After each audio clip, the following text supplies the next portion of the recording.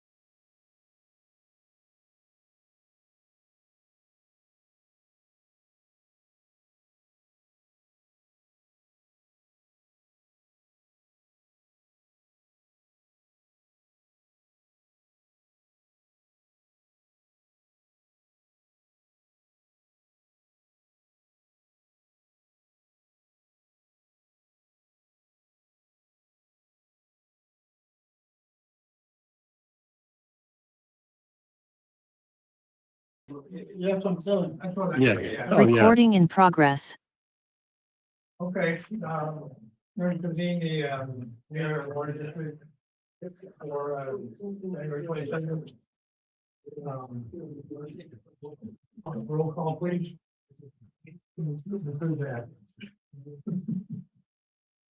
Director Anderson, Well, she is not in the room at the moment, but she's here. thank you. Director Lindor? Here. Director Paul? Here. Director Daniels? Here. Director Edwards? Here. Vice Chair Oglesby? Here. Chair Riley? Here. And Director Anderson? Here. Thank you. All members are present. Thank you. I just want to welcome in the beginning, Becca Lindor. Yeah, Michael. I'm sorry. Yeah. I want to welcome our new members, Mr. Riley. Becca Lindor and Kate Daniels, for the first time in the meeting. Welcome here. We will start with the Pledge of Allegiance. I'll lead it. Pledge allegiance to the flag of the United States of America and to the republic which stands one nation under God, indivisible, with liberty and justice for all.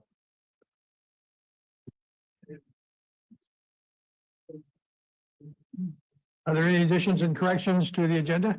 There are not. Oral communications, anyone wishing to speak to the board on an item that's in closed session, in consent calendar or other items that are not listed on the agenda, have the right to speak if there any come forward.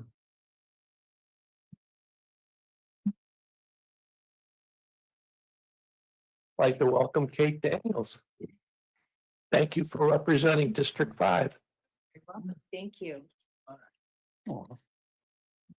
Any Zoom, Chair Riley, I see no raised hands. okay, we'll proceed to the consent calendar. Are there any items that the board members would like to pull or comment on or other action? No comments from the board? No comments? Yeah, just a really brief Okay. one from me.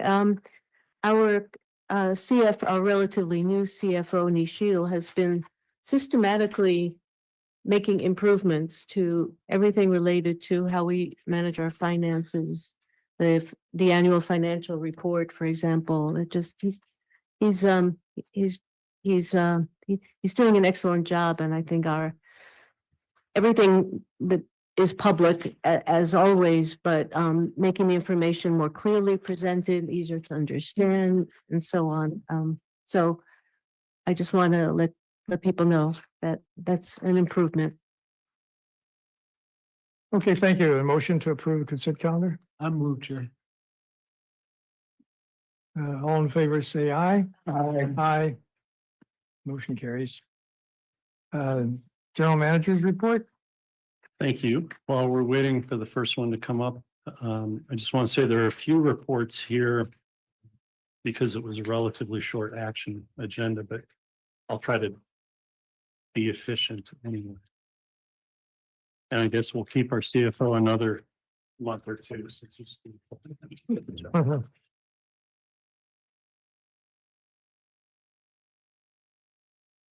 The first report, item 5, is the status report on compliance with the state surface water order, as well as the Seaside Basin adjudication. Next slide, please. We've now completed 1 full quarter of the new water year, 3 months. And despite all efforts to do a quarterly water budget forecast and adopting on a quarterly basis, what we've seen is a bit of a departure from what was adopted already. And that's an additional concentration on withdrawals from the river and a little less concentration on the Seaside Basin, which is not a bad thing. So we're kind of looking at it with a wait and see attitude because there are certain benefits to taking more river water when it's flowing. obviously it hasn't rained much in January, but we did get rain in December. And then making up for it with pure water Monterey water out of the ground or Seaside Basin water out of the ground as we start to approach summer months. So we'll see how this works out. I think if it continues, that then the task to the folks on the quarterly water budget group will be to be a little more consistent with current practice rather than taking the year and dividing by 4. So great.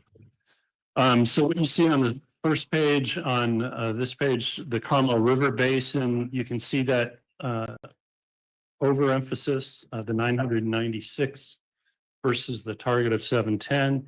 And you see that somewhat reversed in the coastal category of the Seaside Groundwater Basin. The total for these two parts of the resource system do exceed, combined exceeds last year by about 137, which means, just generally speaking, over reliance on this, less so on pure water Monterey, and that's evidenced from the next page, next slide, where you can see that pure water Monterey recovery is a little bit below the expected target. And we can affirm that it is actually below the deliveries that we've made during the water year. So they are leaving some pure water Monterey water in the ground, at least for now. Next slide. You can see the Carmel River Basin is up over what might be expected. Seaside Basin slightly down, pure water Monterey recovery slightly down. And then Sand City actually had some more action again this last month. I should point out, if it was an average of 15 acre feet for 12 months, that'd be 180 acre feet. I've been saying reliably it's somewhere between 180 and 220. So we're kind of on that reliable production range right now. But before I get too optimistic, let's just leave it at that. It is working. It is producing. Yep. Next slide on rainfall. We did get 3.5 inches, actually 3.43 in December, which was below normal. Our 5.33 inches year to date is 79% of long-term average through January. January was horrible, which we'll see on the next slide in a second. So basically, to bring us back to normal, normally you'd expect about 9.5 inches in February, March, and April. We would need about 14 inches to kind of bring it back to normal. We'll be happy with, slightly below normal, but we're trying to avoid a February that looks like January, which you can see on the next slide. The red line is cumulative, but the more interesting thing is where the red line crossed the vertical line between December and January. So the 1st of January hasn't budged very much throughout January. It's been less than 0.2 of an inch so far. So we're looking towards February, March, and April to make up some ground, hopefully. And then on stream flow, which is the last chart, we're at 44% of long-term average, which is interesting. The reservoir is at spill level, so we're in pretty good shape. A little bit of rain this week will continue to spill the reservoir. It's actually kind of at the level where it won't spill itself, but you can get some water through the fish guidance system. And then last week and also this morning, they've opened the 980-foot level. So the measurements on Los Padres Dam are relative to sea level. So the level at which it spills is 1,040, like the tax form 1040. That's the spill level. And then there's a valve at 980 feet, which is kind of above the, it's down low, but it's still in the pool. And so they've been doing some releases there to get 3 cubic feet per second. Yeah, just kind of keep the flow going. So that's good. And then usable storage right now is 102% of long-term average. So it's not as if this bad January's depleted the aquifer. We're still in pretty good shape. And that concludes the compliance reporting. Yeah, questions? Through the chair, Dave, are we still ready to inject? We're ready to. Our team and the CalAm team have had a lot of communication, so we're ready. We're just waiting on The rain. the rain. And the flow for ASR. Yeah, and the rain that we've had has helped. It would have been better to have had a little more rain in the last storm to keep the aquifer moist. But yeah, Okay, thank you. Yeah, Kate? Through the chair, the normal measurement of 9.5 inches of rain each year is a number that was, how do we get to 9.5? Over how many years are you looking? that's over almost 100 years of data. But that's just for the 3 months, February, March, and April. 9.5 inches in February, Yeah, just those three total. I Yeah, mean, because our normal here is about 22.5 acre feet per year. A little Mediterranean climate that we have. And so we've already gotten 5 5, I'm talking inches of rain. inches. Yeah. Okay, So we've gotten 5 for the water year. Our water years start October 1st. yeah.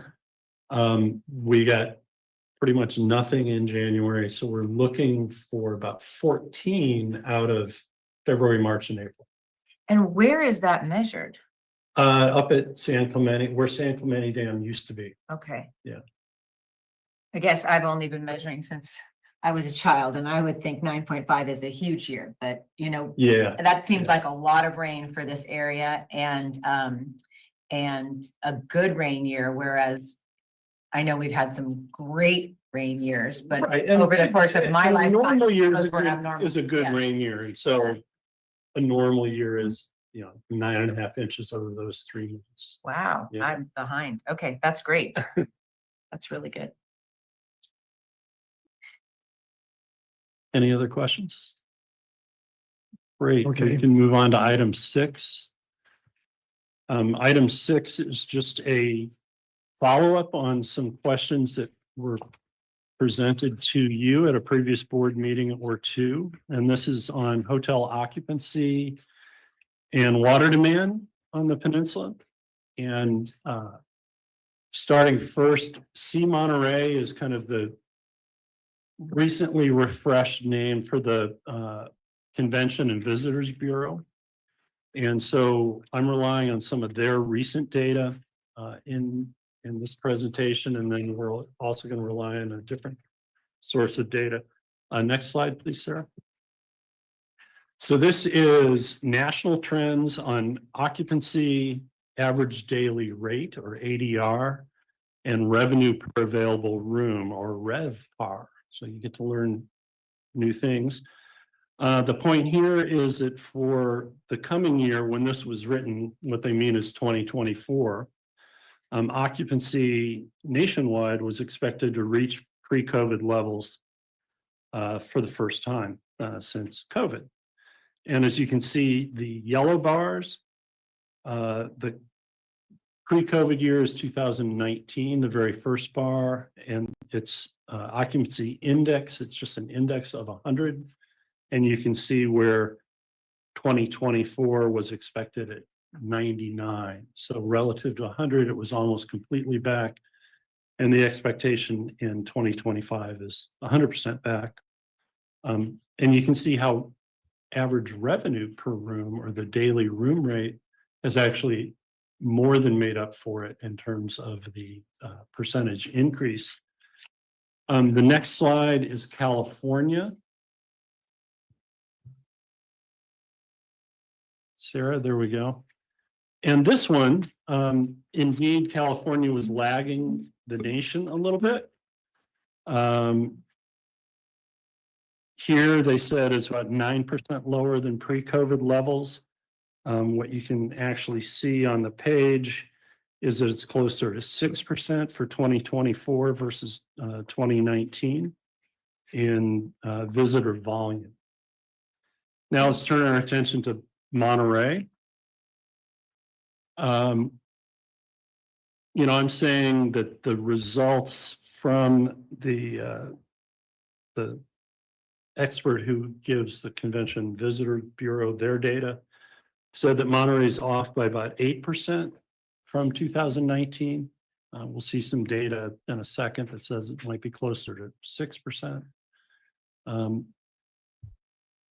MPCC's the Chamber of Commerce in a January 2025 newsletter said that November was up 2.1% over expectations in 2024.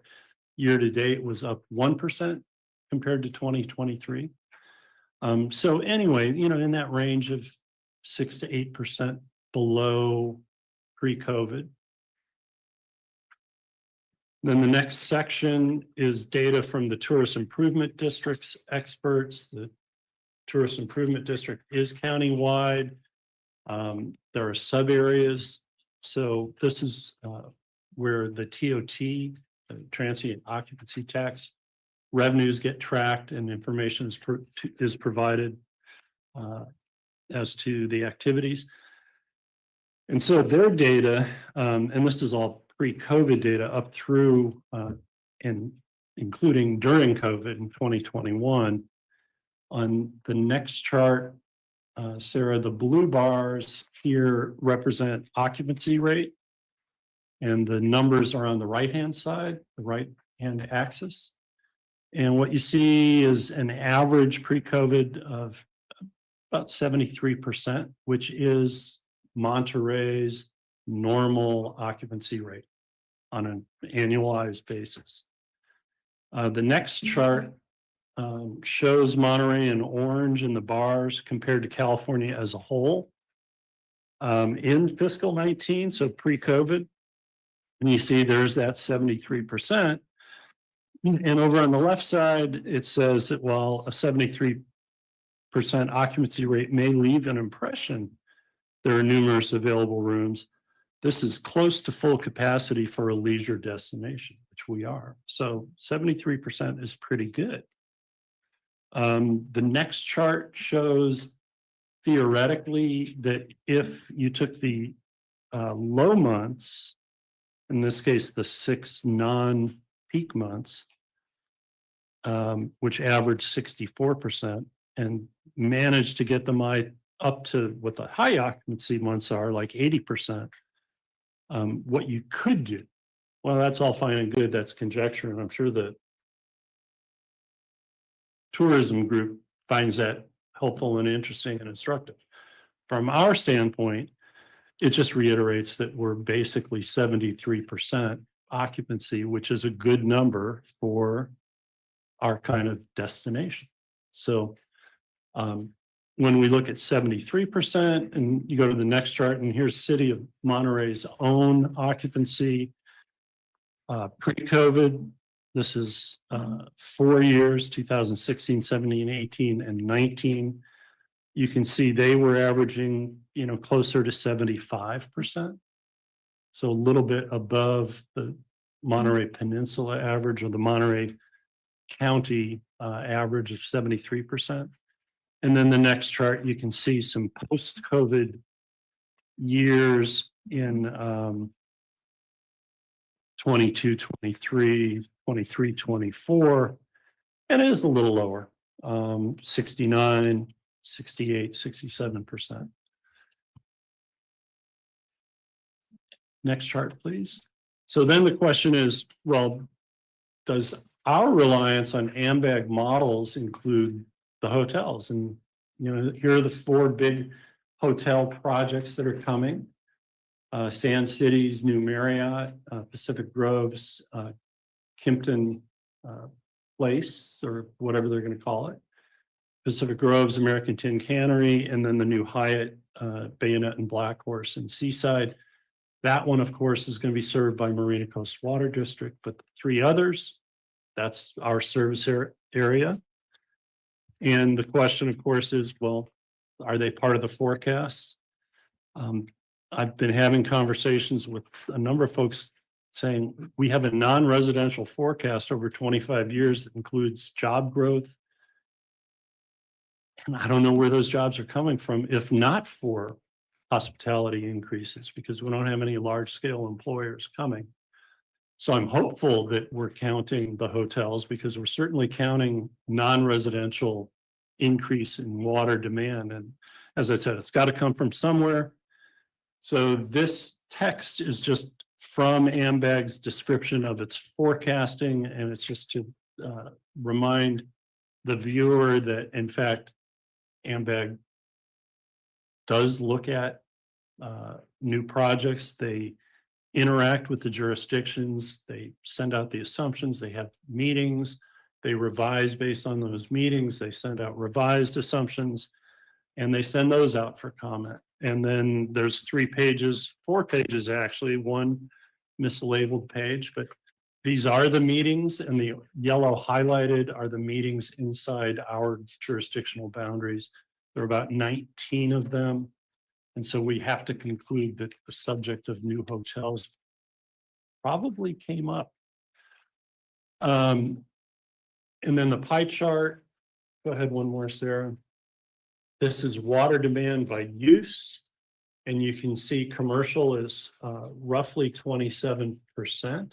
So even less than a third. And so this is kind of where we looked and we said, well, if hotels are down 6% and they're half of commercial or non-residential use, half of this commercial green pie, then the impact of just the hotels on the overall demand, so 100% of the pie, is less than 1%. So even if we were tracking at a 6% below that 73% number, the overall impact on our demand forecast is kind of less than the noise in the system, if you will. It's less than 1%. So I guess that's where we say rest assured that it's accounted for in the demand forecast.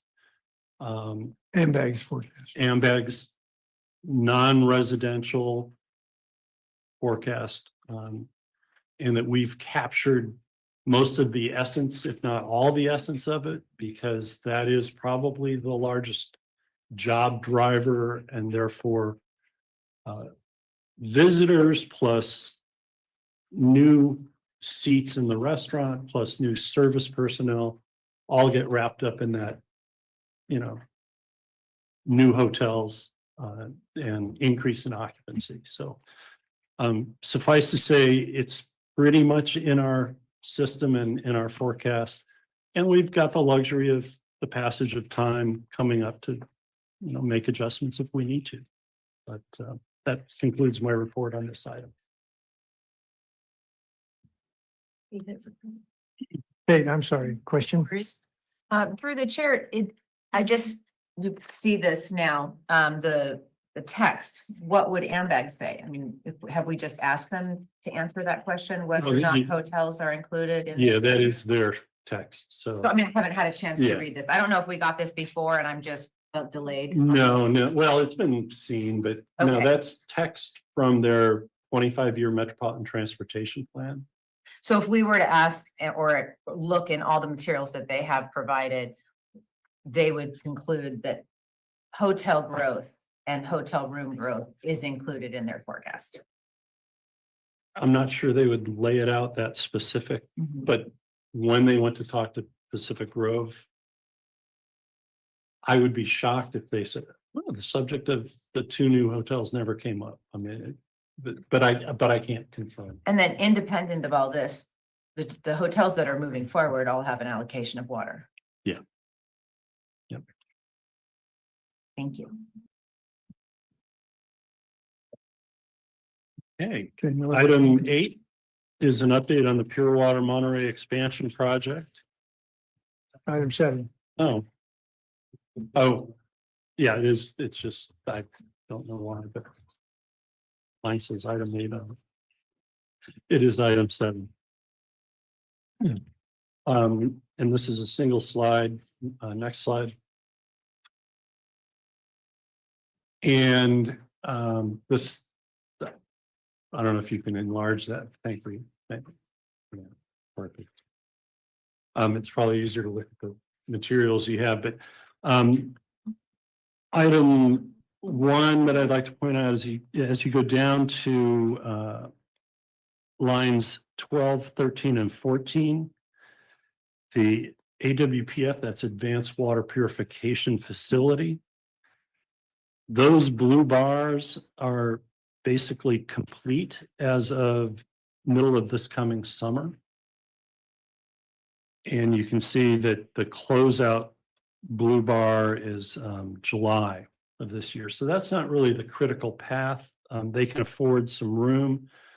But up at line 4, where it says DDW and RWQCB, that's Regional Water Quality Control Board and Division of Drinking Water, that regulatory process, that blue bar does go all the way to the end of the calendar year. So there are some things there that we'll be looking to regulatory approvals, but the project right now is on track. Then as you drop to the bottom of the chart, the last 4 lines, these are the deep injection wells. And you can see that, you know, we got to get the pumps, electrical, and controls in place, and that's going to carry us through August at least. Then testing and startup and first injection is slated for the end of August. So that's really the driver, the critical path. But then again, too, up in line 16, you can see once again, Division of Drinking Water and Regional Board goes out to the end of the calendar year. So I mentioned this previously that regulatory issues may be the more critical path than the physical construction, which is a great place to be in right now as of January, but could change. So we'll keep you apprised if there's a change in the construction schedule. But as of right now, it's looking pretty good for being online. You know, I would say that we'll start, we can't actually count it until the regional board says that you've got your waste discharge requirements met. So we're looking at the regulatory approval process, but we'll be injecting water on a test basis probably September. So the question will be, is it deemed a delivery or not? And we'll let you know as we get closer. Through the chair. Yes. It would be nice to see some pictures. You can talk all day long about it, but until I see a picture of a well being drilled, pieces being put in, you know, I believe it when I see it. So you can talk and tell them I still expect them to come over here and show me some pictures. I know they got a meeting tonight, but please get Cal-Am and them scheduled to come over here and show us. Yep. You know, not to just talk. I want to see pictures. Tell them directly I would want to see pictures. Well, and I'm told that the 2 new extraction wells actually got a new name. I think they're Black Horse or Bayonet and Black Horse, but they actually have names now. So at least, you know, that's Yeah. almost Take a picture of the sign. if it has a name, it's almost. Yeah, take a picture of the sign. Those would be EW1, EW2, which aren't on this list because we're not building. 5, 6. That would be EW3 and EW4. Oh, 5, 6 are injection wells. Yeah, those are ours. Yep. And 6 was the one that we got special drought funding through Senator Laird's office because we said, well, if we had more injection, we could save more water. So that's the one that we have a $4.3 million earmark for. So, yeah. Be nice to see a picture of it. The money. Now the will. We will get photos. Thank you. All right. So last item on the general manager's speaking too much agenda is item 8. And this is an update on the district's water supply charge. So recent developments with respect to the water supply charge. In September 2021, the local taxpayers association filed a claim seeking a sunset or termination of the water supply charge. Did not seek any monetary penalties at the time. In March of 2023, the Superior Court ruled in favor of the taxpayers. And in May of that year, we appealed. In June of 2024, last year, the taxpayers kind of upped the ante by filing a class action suit claiming monetary damages, seeking refunds.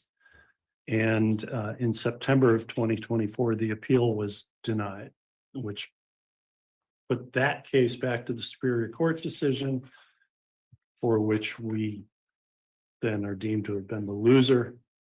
There are 4 additional cases, 3 reverse validation proceedings, and then that class action suit. The next chart, which is up on the screen, is an annual compilation of water supply charge revenues and expenditures since its first year of collection. It's kind of a different chart in the most recent years on your left. And the revenues from the charge are the top line. Expenditures by category are the middle. And then at the bottom, there's kind of bringing in other revenue sources. It's probably easier to understand graphically, which is the chart that's now up on the screen. And this one, the big blue bar to the left, is water supply charge revenue in total since its inception in 2013. And then the orange bar is water supply project costs. So just projects, not people and consultants and so forth. And so the water supply charge, even across that entire time since 2013, was not sufficient for what we've spent on projects. Just so you know, it never fully met its desired purpose. It was 7.2 million short. That shortfall was even greater when you include the project expenses incurred that should have been paid out of the water supply charge. So basically kind of operating those projects, as well as staff that were involved in monitoring operations and so forth, just related to water supply projects. So that's the orange bar plus the green and plus the blue. And just a reminder that our water supply charge was 28.6 million short of covering all of those things.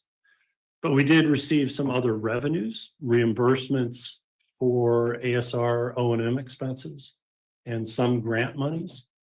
So that helps. That's the purplish color on top of the blue bar on the right-hand side. And so when you consider that, we still ended up 12 million short. So, you know, again, we've lost use of the water supply charge. We're going to, well, we'll go to the next chart.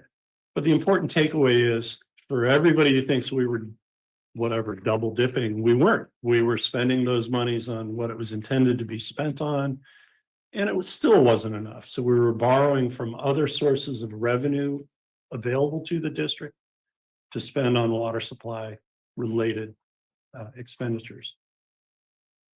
The impacts of our court decision going forward: we are sunsetting the water supply charge. We've removed it from the 2024-25 bill. So the tax collector, you will not see it on your, well, that first installment was due in December, so you should have known if you've seen it or not. But it won't be on the April one either. And we had agreed to pay legal expenses if we did not prevail on appeal, which we didn't. So those will have been paid in January. And the appeals court expenses will be paid. We will report back on that action next month. And settlement of the remaining cases, we will report back on when there is a draft settlement consistent with current direction. Thank you. Speaking obliquely. And then we'll begin a refund program for 1 year of the collections. So that's where we stand on the water supply charge. It's gone, we're refunding it, but we never collected enough to do everything that we expected from it. So, thank you. That concludes the general manager's report. Thank you for that. Through the chair, if I Yes. may. Oh, yeah, you're right. GM, we never finished what we were gonna do with the water supply charge. Now, people have heard that the expansion is gonna be coming online by the end of the year. And they probably think that's enough water. Do we have other things we need to do? Is that we may come back and ask for renewal of the water supply charge? Yes, that is always an option in the toolkit that the district has. It's subject to Proposition 218, so it's a public process. We can't just willy-nilly raise rates and charges as we please. There will be a public participation element, a negative protest hearing process. But we may, in fact, need to do that at some point. You know, the district kind of aligns its user fee to its current needs as the user fee continues to grow. So we're going to look to that first.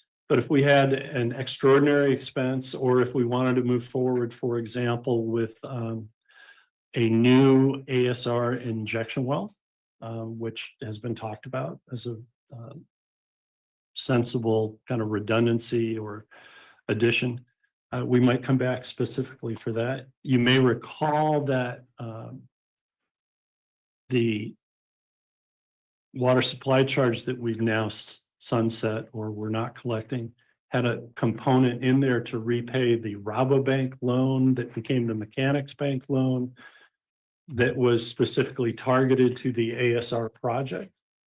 And that was 4 million. We built a treatment building that was 6-point-something million. So, you know, we've exceeded it. So any major project that looks over and above what we have available to us from the user fee, we might look to the water supply charge, or a charge by a different name that works just the same way. Thank you. Okay, thank you for that. No other comments, questions from the board? Proceed to item number 10. Public comment. I'm sorry. And there is item 9 that is nested in the general manager report. I was just going to let the staff note speak for itself Oh, there. But I'll take questions on it if you have questions. okay, any public comments? Yeah. Mr. Rollins. One of the items that went through, Tom Raleigh, Vice President, Monterey Peninsula Taxpayers Association. One of the things went by is why, in some of the data that was given out, why we're below our usage pre-2019, and it clears out we're 9% below. We have less visitors, less water is used. So it's very logical that we'll have less projections until we eventually get the tourist economy restored. I can tell you, in our office in downtown Monterey, the number of people in downtown and what have you, we do not have people here during the week that we had in 2019. Secondly, the decision to support and pay for 3/4 of all the costs of Monterey One Water, which was previously Monterey Peninsula, whatever their name was before, but that was a decision you guys made. And that's where all the money went. So this was never voted on by anybody. And we asked that there be a vote. When the Prop 218 first came up, we had 15,000 people filed, approximately 15,000, filed protests and said, we'd like to vote on it.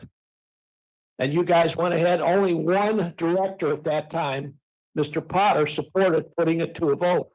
So I'd like to suggest to you, if you can save yourself a lot of heartburn, if you come up with another Prop 218, is just say, we'll put it to a vote.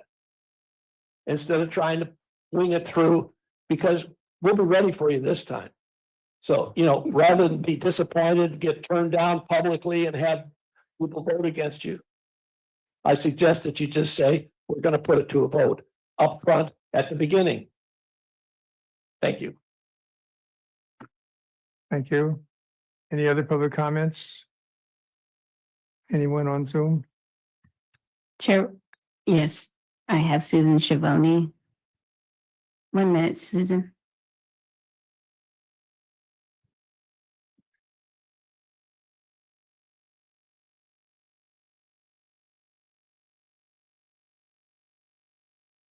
Susan, you can go ahead. Hi, Susan Schiavone. Good evening.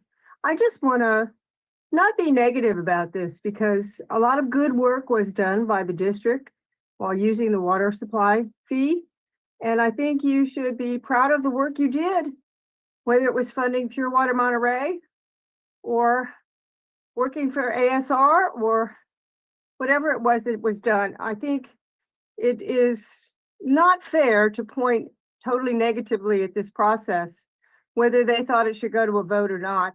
When the 218 process did go through, it was vetted, it was done correctly, it was done legally.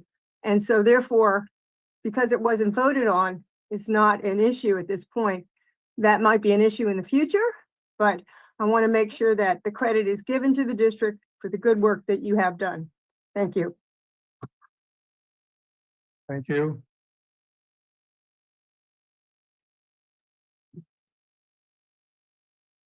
Any other hands up? Chair Riley, I see no other raised hands. Thank you. Okay, back to the board. Thank you for all the reports. Time for item 10, report from the district council. Thank you, Mr. Chair. So we do have, we'll report out on closed sessions first. There was 2 closed sessions we need to report out on. The first was the closed session on December 16th. There was 1 item for closed session discussion. That was the general manager's performance evaluation under government code section 54957. That discussion continued into tonight's discussion where there was general discussion regarding the general manager's performance evaluation, and it will be coming back in open session at a future date for action item. Second matter on the agenda for tonight's closed session was conference with legal counsel for existing litigation. This is the Monterey Peninsula Taxpayers Association versus the district. There's 5 different cases that are involved in that. They're listed on the agenda. We did have an in-depth discussion regarding those 5 cases, any settlement offers that are there and attorney's fees that need to be considered. And that'll come back at a later date as well. There was no reportable action on that at this time. That concludes my report. Now I'll turn it over to Dave Laredo to provide the update on existing litigation. Good evening, Mr. Riley and members of the board. Special thank you and welcome to Supervisor Daniels. See you here. And I have to start with my apologies to Mr. Edwards. I have no photos. Oh, well, you have to work on that.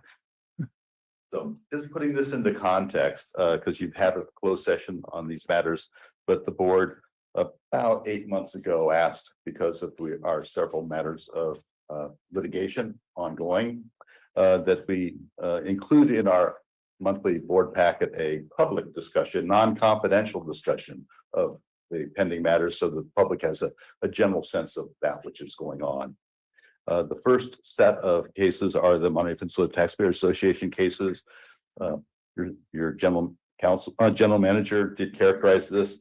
I just want to emphasize is that any settlement amongst the parties would have to be a proposed settlement because this is litigation that is before the Superior Court.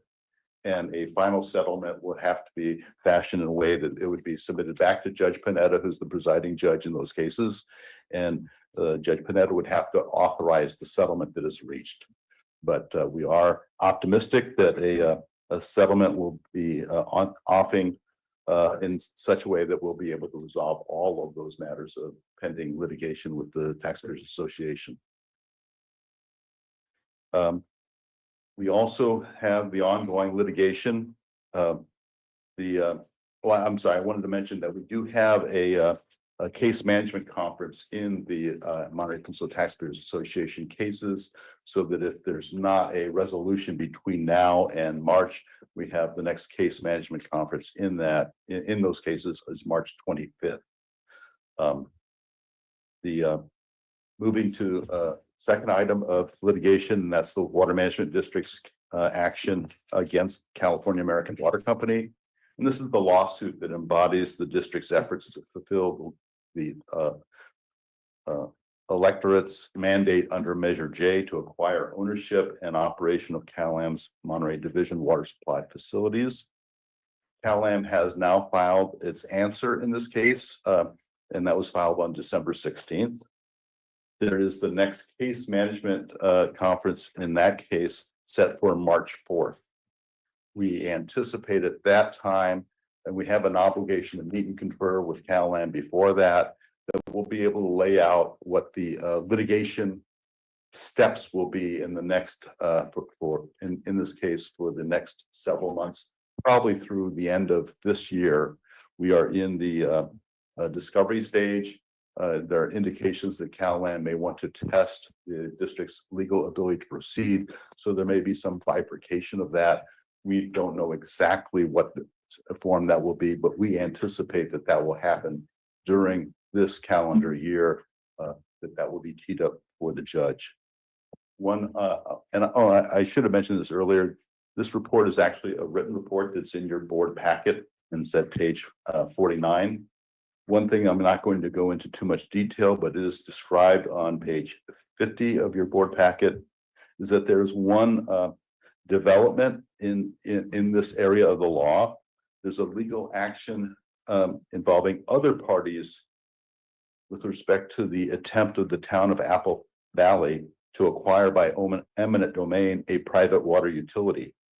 That matter did proceed through trial and was then on appeal to the 4th Appellate District. The 4th Appellate District reversed the trial decision in a published decision that was issued on January 15th. And that appellate opinion is remarkable and interesting in our instance because it affirms a very favorable standard of review that would relate to the district's efforts under Measure J. Without going into overly much detail with respect to that, because it is described in your in the report before you, there are now two opposite published appellate opinions that discuss these points of law, and they are in direct conflict with each other. We would anticipate, since this recent case is published, we anticipate that the participants will seek review before the California Supreme Court to clarify what the standard of law is.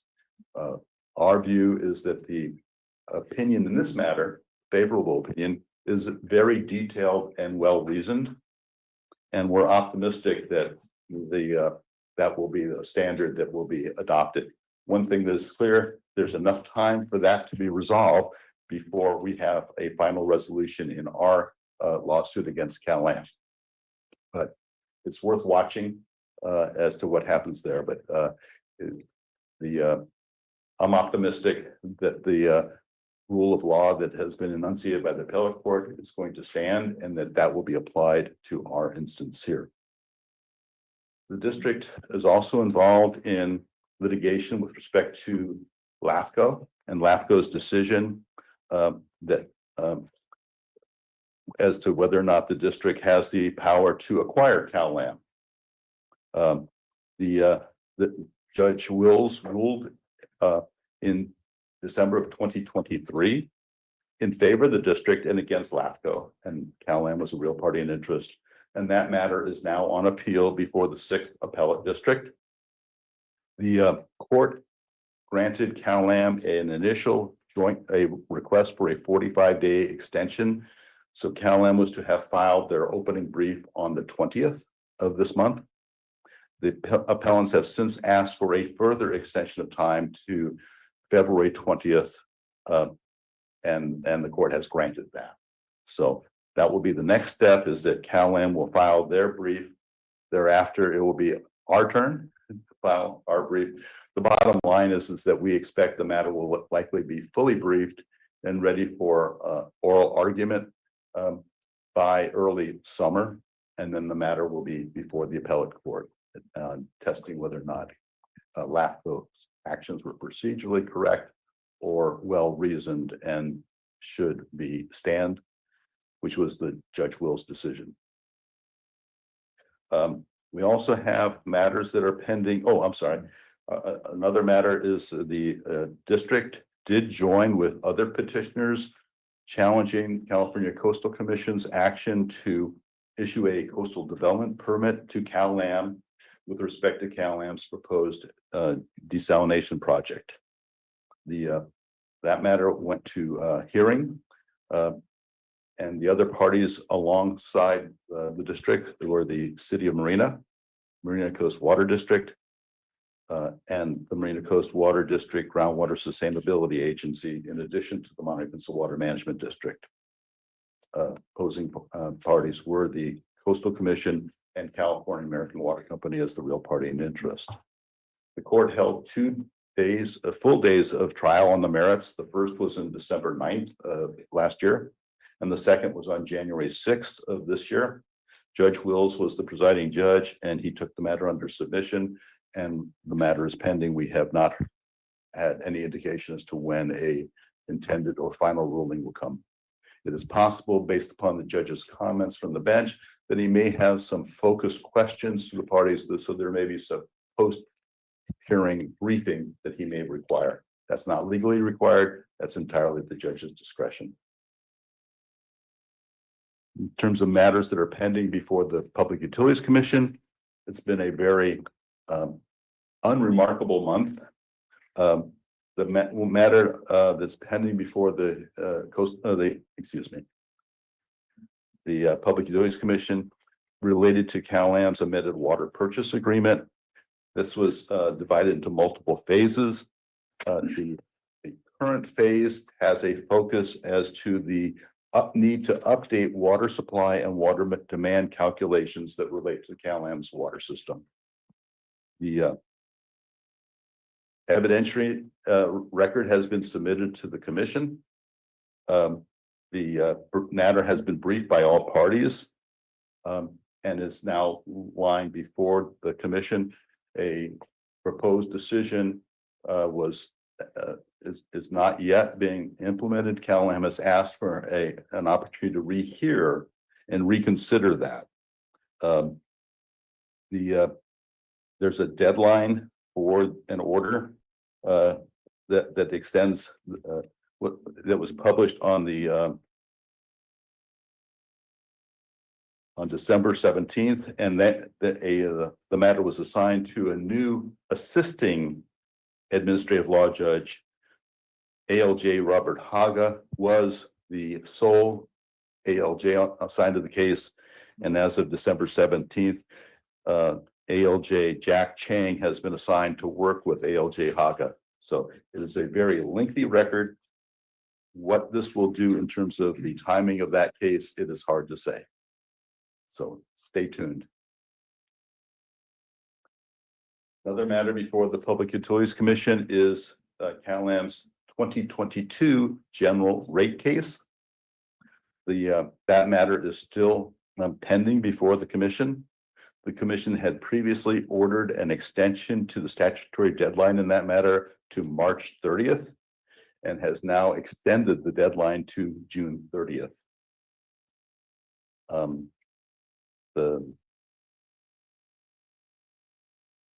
I think that's about all I can say on that. It's curious that it takes that long for a 3-year general rate case to wind its way through the commission, in particular because CalAm is now approaching the deadline to file for their 2025 general rate case.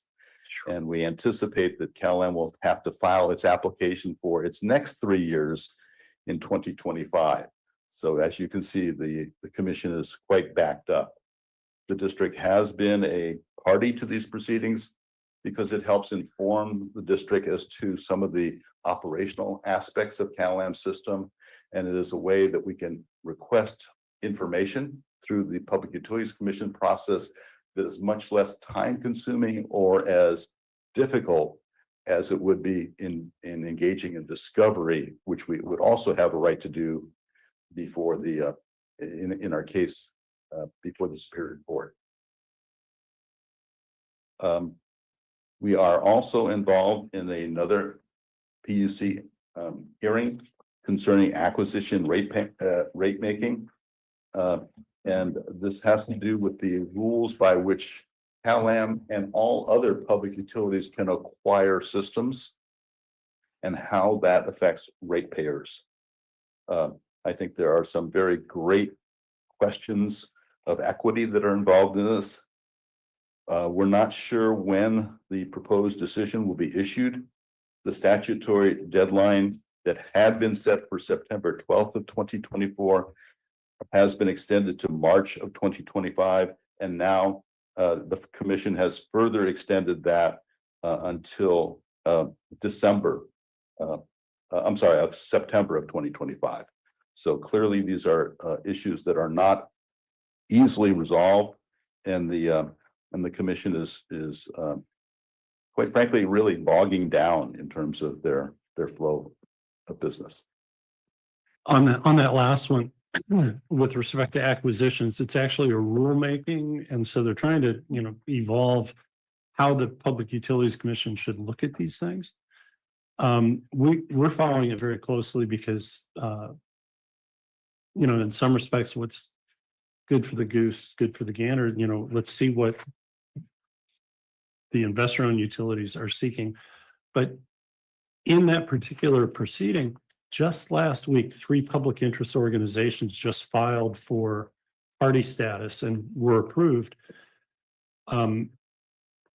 Coincident to no other scheduled item on the proceeding. So something was afoot, and maybe they all talk to each other, but these are kind of environmental justice, social justice organizations relative to water quality, access to clean water, and water rates. So they've just added themselves to an already 2-year-old proceeding. So we find that just interesting on its own merits. Then the final case that I'd like to remind you of is a case where the Water Management District did file an action against the State Water Resources Control Board. This has to do with the cease and desist order. That case was filed in 2009, and it has been dormant for quite a while.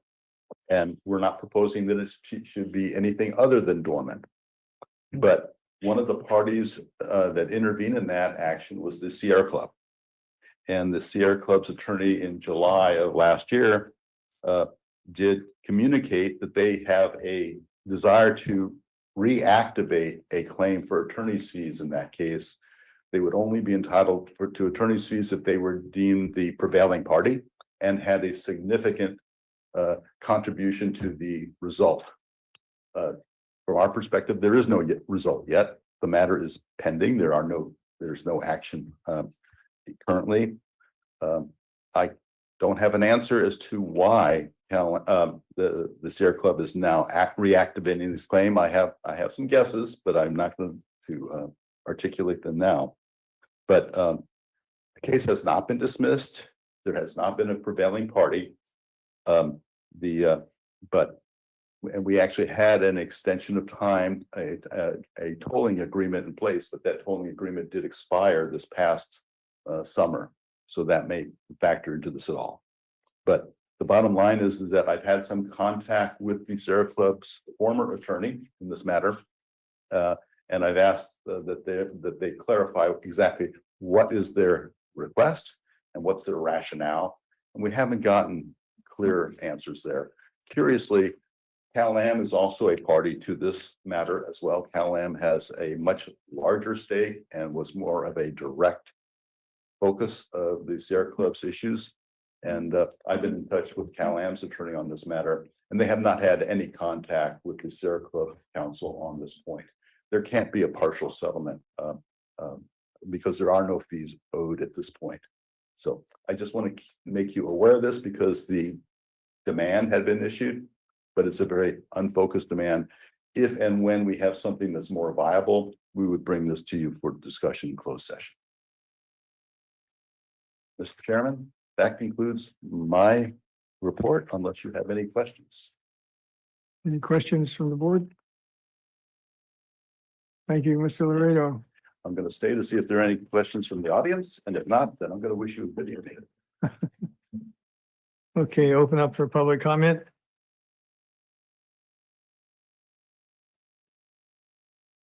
Tom Raleigh, I like to speak as my job as a realtor. Right when I first started real estate back in 1988, Cheryl McKinsey, who was the government affairs director for the Association of Realtors at that time, we had a meeting with Mr. Laredo in his office in Pacific Grove. I'd like to thank him. That's how long he's been around dealing with your legal issues. And the questions we had were over how are we going to meet regional housing needs that AMBAG puts out when we don't have any water. And you probably don't remember what you said, but you said, we aren't going to do it and we can't do it. It's physically impossible. And his advice then was right on the money. And he's been giving you good advice for a long time. And I think you guys really owe him a real debt of gratitude for the fine, sound legal advice he's been giving you. And it's really encouraging also to hear that finally the MPTA lawsuit on the water supply charge finally looks like it might be ending. So thank you very much. And thanks to Dave. Thank you. Any other comments? Okay, bring it back to the board. Chair Riley, I see no other raised hands. Okay, thank you. So next item is item 11, oral reports on activities of board members. Any reports of any kind? Oh, you can go, you can go. That's all right. Yeah, Director Edwards and I both attended the Special Districts Association meeting last week. It was, we learned that, I learned there, at every meeting, there's a report by the Executive Director of LAFCO. And from her report, I learned that Wendy Root Askew is going to be the chair of LAFCO coming up. And that she's also vice chair or is about to become vice chair of the statewide LAFCO organization.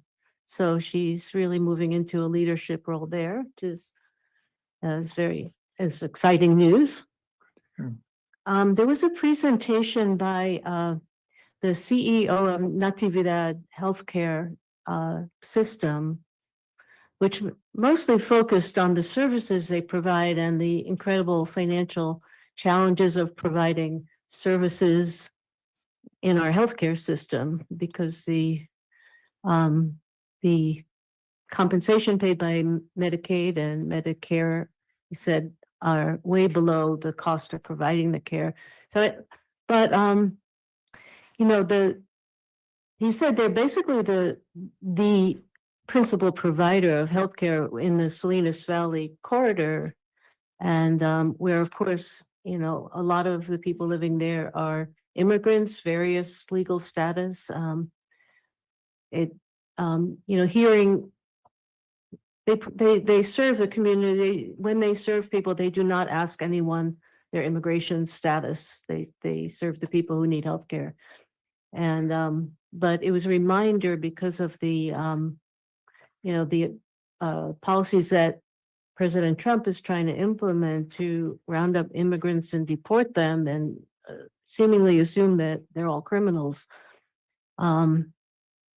That Monterey County, as I'm sure you all know, Monterey County, along with the state of California, adopted what I consider really good policy to to protect in every way legally possible, the immigrants among us from, being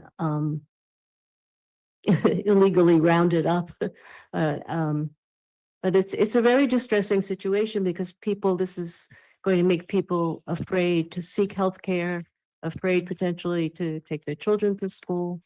Some people afraid to go to work or seek work.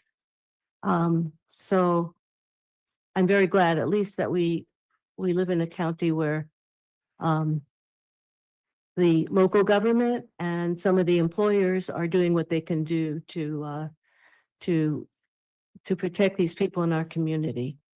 And employers can do something too. So if there's anything that as an employer we can do to, I assume all the entire staff working for the district have a legal permission to live and work here, but they may know people, they may have family members, neighbors, friends who have, mixed status families and so on. So if there's anything we can do in terms of providing know your rights information to our staff, just so they have that information, or providing resources if they know someone who needs to find a lawyer to represent them in deportation, that I hope we would do that.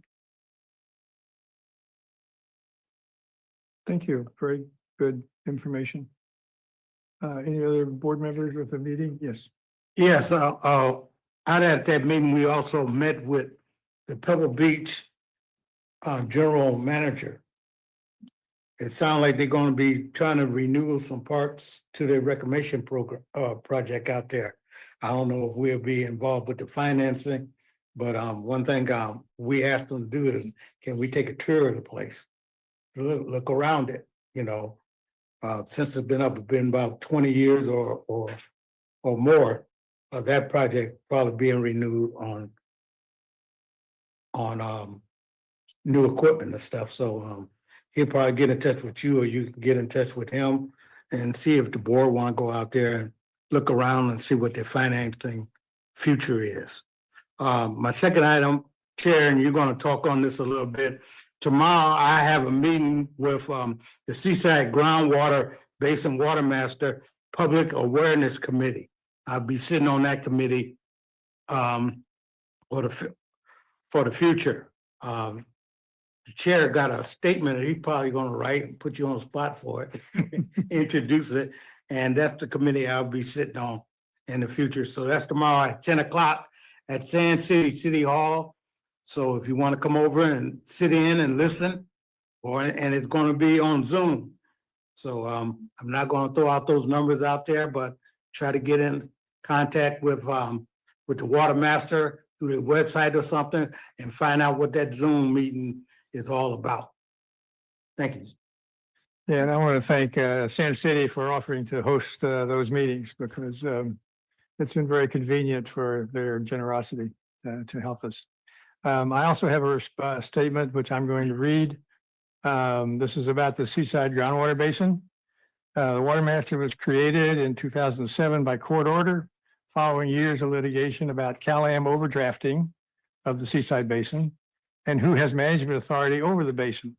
The court ordered the creation of the Water Master to monitor production and institute controls in case of seawater intrusion.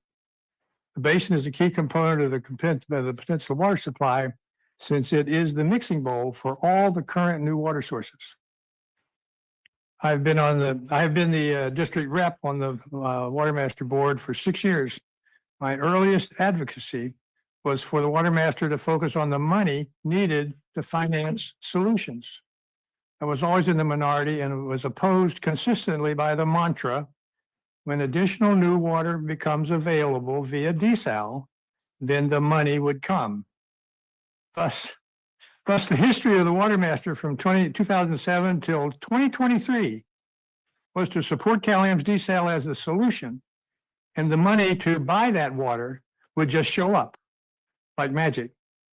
By the way, this board is the target for the financing for the desired new water supply, the cost of water from desal. Finally, in 2023, the board membership changed and began to consider the need to bring money to the table. It currently has a consultant evaluating what revenue options look more attractive and doable.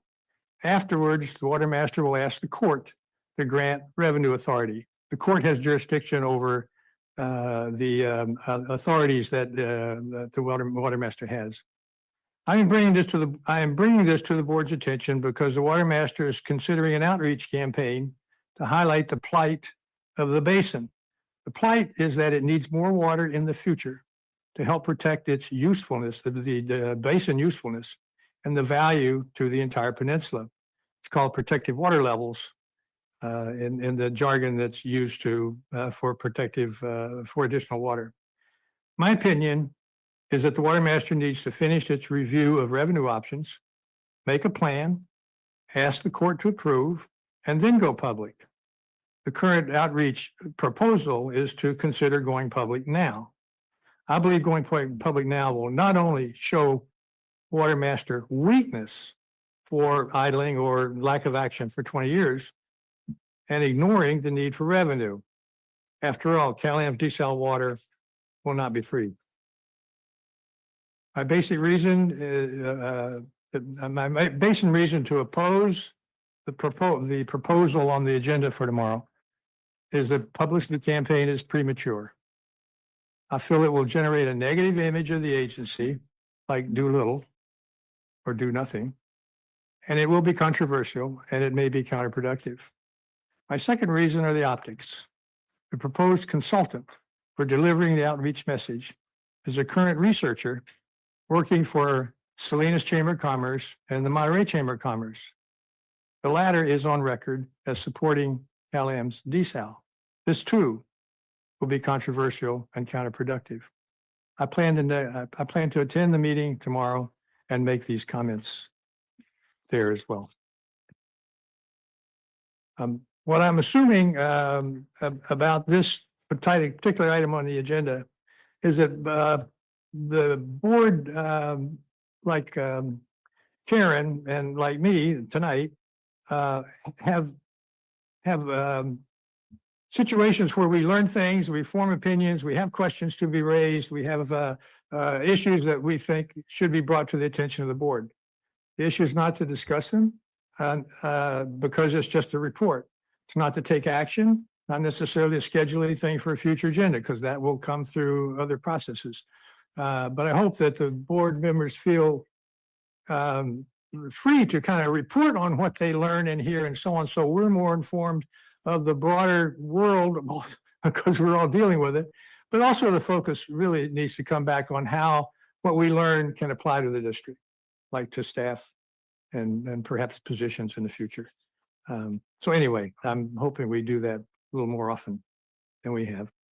Next item is action items, item number 12, second reading on the ordinance 197. This is allocations of water from the allocation report. And for clarity, this is a public hearing. This is a public hearing for the second reading. Right. Chair Riley, members of the board. So this is the second reading in consideration of adoption of ordinance number 197, which establishes the allocations of water from the Pure Water Monterey expansion. I do want to note right up front, when we had our first reading last month, we inadvertently numbered it ordinance number 196, and it should have been 197. So it's been corrected. Next, please. So the Pure Water Monterey expansion is anticipated to be online by the fourth quarter of 2025. And ordinance number 197 allocates a portion of the available additional new water supply amongst the jurisdictions in the water management district. The rest of the water will be maintained in the district reserve allocation for future use. Next. The ordinance includes information about the allocation methodology used to come up with the proposed numbers. The allocation was determined by using historical average water consumption by each jurisdiction. We considered the total number of supplies available, the growth rate according to the AMBAG regional growth forecast. As you can see on this chart, the population growth indicates future residential water use, and job growth, as Dave talked about earlier this evening, has to do with future non-residential water use. We did a survey of future needs from the airport district and the Department of Defense, and finally made adjustments for the sixth cycle RENA numbers to include those in this allocation. Next. This chart shows you what the proposed allocations are for each jurisdiction. The proposed allocation is the second column from the left. And then the third column shows the existing Peralta allocations available to each jurisdiction as of the end of November of last year. We will update that number March 1st when the ordinance becomes effective to reflect the amount of water remaining in each jurisdiction's allocation at that time. Next. So the ordinance, in addition to setting forth those allocations, it amends Rule 31 to require monthly allocation reporting to the board. As I mentioned, it explains the methodology. It maintains the unused jurisdictional allocations as of March 1st. And it adds a review requirement of at least every 4 years following the AMBAG regional growth forecast, or more frequently if needed. As far as public review of the ordinance, the district's general manager met with representatives from each of the jurisdictions over the past several months. We have given presentations to the city councils and the board of supervisors. The Water Demand Committee reviewed the ordinance in December, recommended the ordinance to the board. And then after our first reading last month, we met with the city of Seaside to follow up on discussions with comments that they had made last month. So it's been thoroughly reviewed. California Environmental Quality Act review, as you may recall, there was a addendum to the Pure Water Monterey 2021 supplemental EIR, and the board adopted that in February of last year, so there's no further action needed. And finally, the recommendation this evening, the board should conduct a public hearing and then consider adoption. Staff recommends that you adopt ordinance number 197, and the effective date will be March 1st, 2025. Thank you. Thank you. Are there any questions from the board before we go to public? Amy?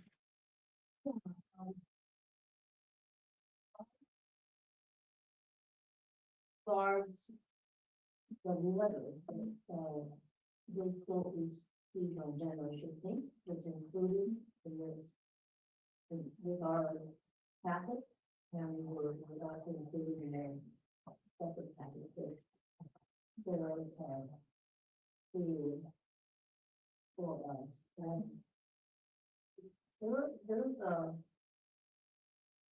there are a lot of statements and a lot of questions that come out of this particular letter. But it's you know, two things wrong. Now I know that we have discussed many of these issues scattered over time, but I don't know that we have come to conclusions, the decisions about the issues that regard this letter that would allow us to make this decision tonight without further discussion. You're referring to the letter from the Water Resources Agency, page 71 of the agenda. Yes, and directors, you will hear public comment related to that letter and the County Water Resources Agency shortly. Correct? I have a letter indicating there to be a speaker on this tonight. So I understand what you're saying, and we'll see where it goes. Any other comments, questions? Yes, Kate. Go ahead. Okay. Just going to preface this by saying I'm brand new and I ask lots of questions and I'm sorry. I did watch the hearing, the first reading of this item on YouTube or wherever I was able to watch it. But so these could very well also be questions that all of you have already asked and have answered. But just sitting here and listening to presentation, I jotted something down that hadn't occurred to me before, which is where will this water, these allocations go if we haven't lifted the CDO? So is this going to be water that is for extra bathrooms? Because there's references that are made to the AMBAG forecast. There's references made to our RENA allocations and the things that would indicate growth in the form of new units and development that is needed, especially when we're talking about affordable housing. But if the cease and desist order is in place, how will we address that with these allocations? Can ADUs perhaps be part of these allocations, or would that be considered an intensification of use? Is it just going to be in the form of extra bathrooms? Just a little clarity for me on what these allocations are going to go toward. Let me stop the questions from the board for a minute and just ask the GM, can you respond as we ask questions and help clarify? and so on? Absolutely. I'm Well, here can you too. Can you take Kate's questions first and then we'll go to Amy's question? Could be Stephanie as well. Oh, whoever. Well, and I think we'll hold on Director Anderson's comment until, if we hear from anyone on public comment on that letter. Okay, I expect that there's a second letter that you received from an Attorney Rosenthal, that we may hear from as well. So we can address anything which there's public comment.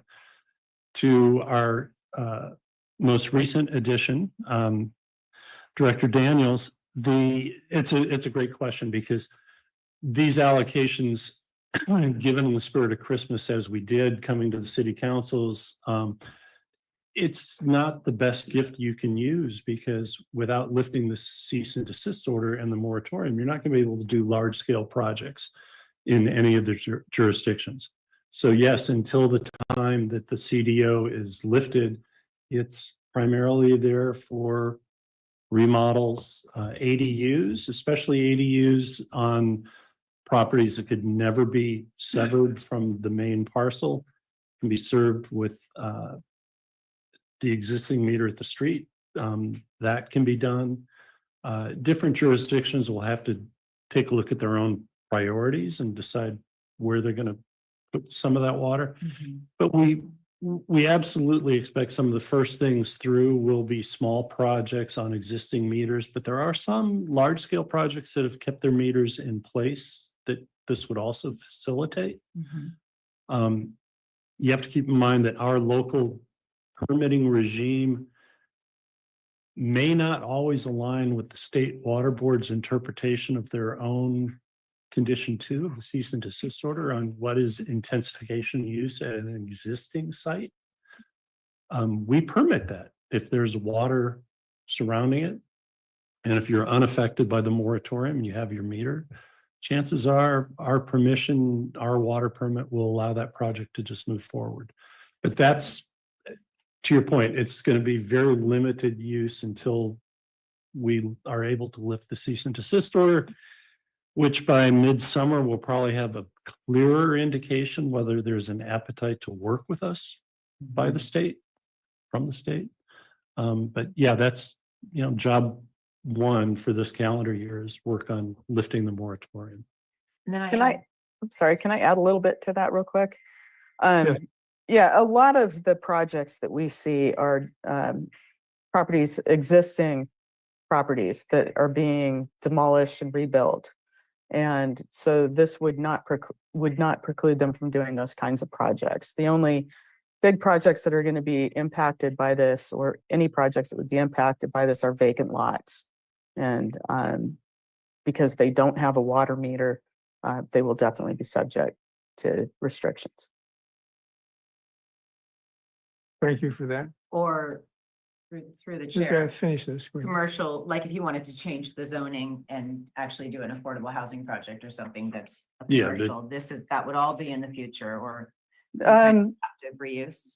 Yeah, if it required a rezoning, that would, I believe, trigger the CDO, but in an existing property that is zoned properly, they could switch it to to a mixed use type building, because we don't require meters on the individual, we don't require CalAm meters for the individual units. They can be sub-metered. Okay, that's good news. So there was 2 letters and I just, when I sat down, was reading the Rosenthal letter. And I'm curious if there's anything that's in this ordinance, or if there could be anything in this ordinance that would specify more closely or specifically what the water is going to be used for. Because this idea that's brought up in the letter, that this would be the water that would allow for builders remedy projects to actually move forward. If you look on the county's website, there is a 7-story, I can't even tell you how many thousands of square feet this big building is, that I'm sure nobody listening to this hearing wants to see, that hangs over Pebble Beach. It's at the gate and it comes over Highway 1, and it's a builder's remedy project. And the only thing that's going to stop the builder's remedy project is that there's no water. And if they had water, we'd be subject to this massive apartment building as you drive past Carpenter. And so that's a real concern, that if there is water, that those builders remedy projects, they would still have to go through CEQA. There's still all of the other analysis that has to happen. That's a good thing. But our hands are tied when it comes to the builder's remedy in many different ways. And when I got the phone call about that one, the first thing I said is, thank God there's no water. So I just want to Is be, that the county's parcel? it's it's pretty much, Yeah, I it's believe, county. if I understand correctly, it's when you go past the parcel that you see where it always says there's land for sale right there. It would take out a ton of pine trees and be a 7-story massive apartment building that you would see. So, and of course, issues with the builder's remedy are, go beyond that. It would be luxury apartment units that aren't the type of housing that we need to solve the problems that we're facing. As long as they have the 20% affordable units, they can, do what they want. So I just I'm looking at this letter and this idea that you could potentially put something in the ordinance that would be identifying whether it's, AMI, and you would say this is going to be houses anywhere from low income to 120% of AMI. This water could serve those projects. I don't know, but the builder's remedy is not something I'd want us to be promoting through our allocation program. Yeah, fair enough. We have a dilemma with water versus land use policy, and anyway, that's an issue. And then lastly, I guess I'll wait for public comment, but just being a member of the board, of supervisors and wearing that hat, I had some questions regarding the Monterey County Water Resources Agency letter, and just about the specifics of our ordinance, and if I could, I guess I'll wait and save that question because Director Anderson brought the letter as well. So Okay, well, I'll hold off. for this part, I'm asking the board if they have any questions about the ordinance before we go to public comment. I have a question about the Rosenthal letter. Sure, whatever. What is the Save Our Peninsula Committee? Me and Dave. We've already shared my outstanding, I guess, joke. I don't know. I think it's an older, I always say 2 guys meet in a bar on a Friday and by Monday there's a new coalition formed. I'm unfamiliar with this one by name, but it reminds me of something that was around many years ago. Just like Save Our Carmel River Soccer and so forth. They have existed for a limited purpose at a limited time. So this Is this the Tarpey Flats reference? No, it's not that group. Okay. Through the chair, this is I believe they have some legal standing with the county post a lawsuit. We have certain obligations, I think, in Monterey County that I recall every year to save our peninsula group. So it goes way back, but we should get an answer on that before not just disregarding. Okay, okay. Let's go take it out to the public. Are there any public ready? Yeah, Tom Raleigh, I was here in December when you did the first reading, and I said it was premature. It's still premature.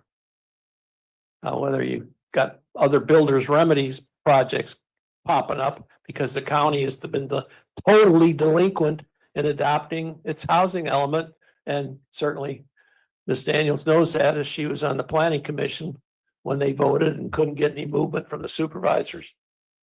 But premature. This does not need to be passed tonight. And the thing that I caught in the letter, the promise of an anticipated supply is variable and subject to interruption and alternative use.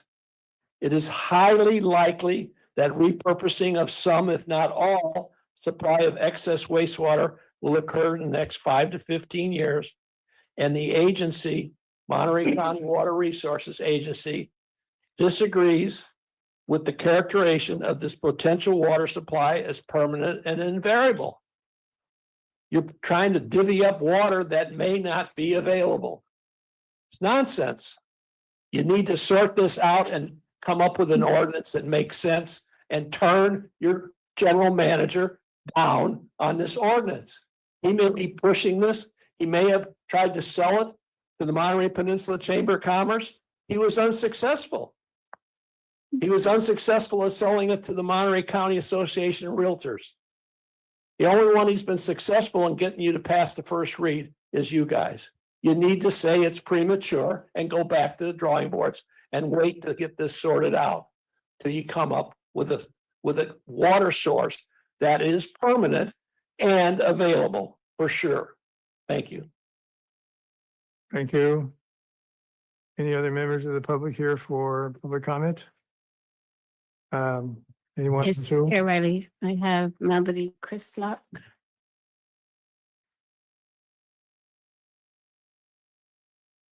Melody, when you're ready. Hi, so I was at that State Water Board meeting this summer where all this was discussed about lifting the CDO. And I asked a question publicly of the State Water Board about this idea of Monterey, the Pure Water Monterey project being considered a permanent water supply or not. I asked them, do you consider Pure Water Monterey a permanent water supply? He answered publicly, yes, we do. So I don't know what kind of nonsense is going on there, but there's definitely, this is a permanent water supply. Nobody's going to stop using water, and that's where this water comes from. Thank you.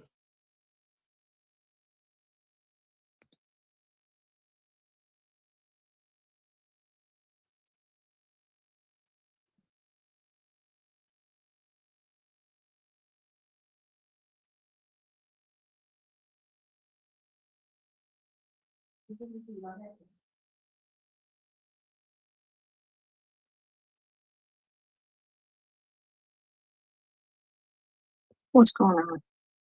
Hello, can you hear me?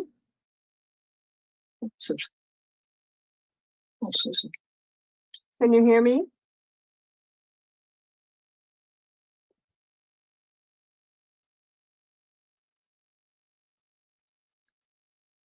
Hi, can you hear me? Yes. Okay, I Yes. didn't know if you said my name, I didn't hear it. I just want to verify what Melody said. I was at that meeting as well, and the State Water Board representative there did say that that was a permanent water supply. And I know that there's a real push to say that the only permanent water supply we're going to get is the desal project. And Cal-Am refuses to work to get the CDO lifted.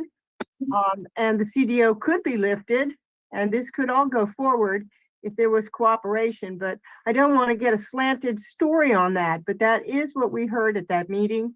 It is a permanent water supply. Thank you. Thank you.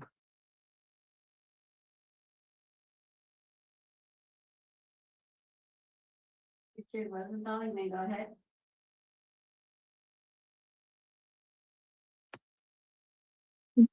Yes, Richard Rosenthal on behalf of Save Our Peninsula Committee, which is an unincorporated association of Monterey County residents.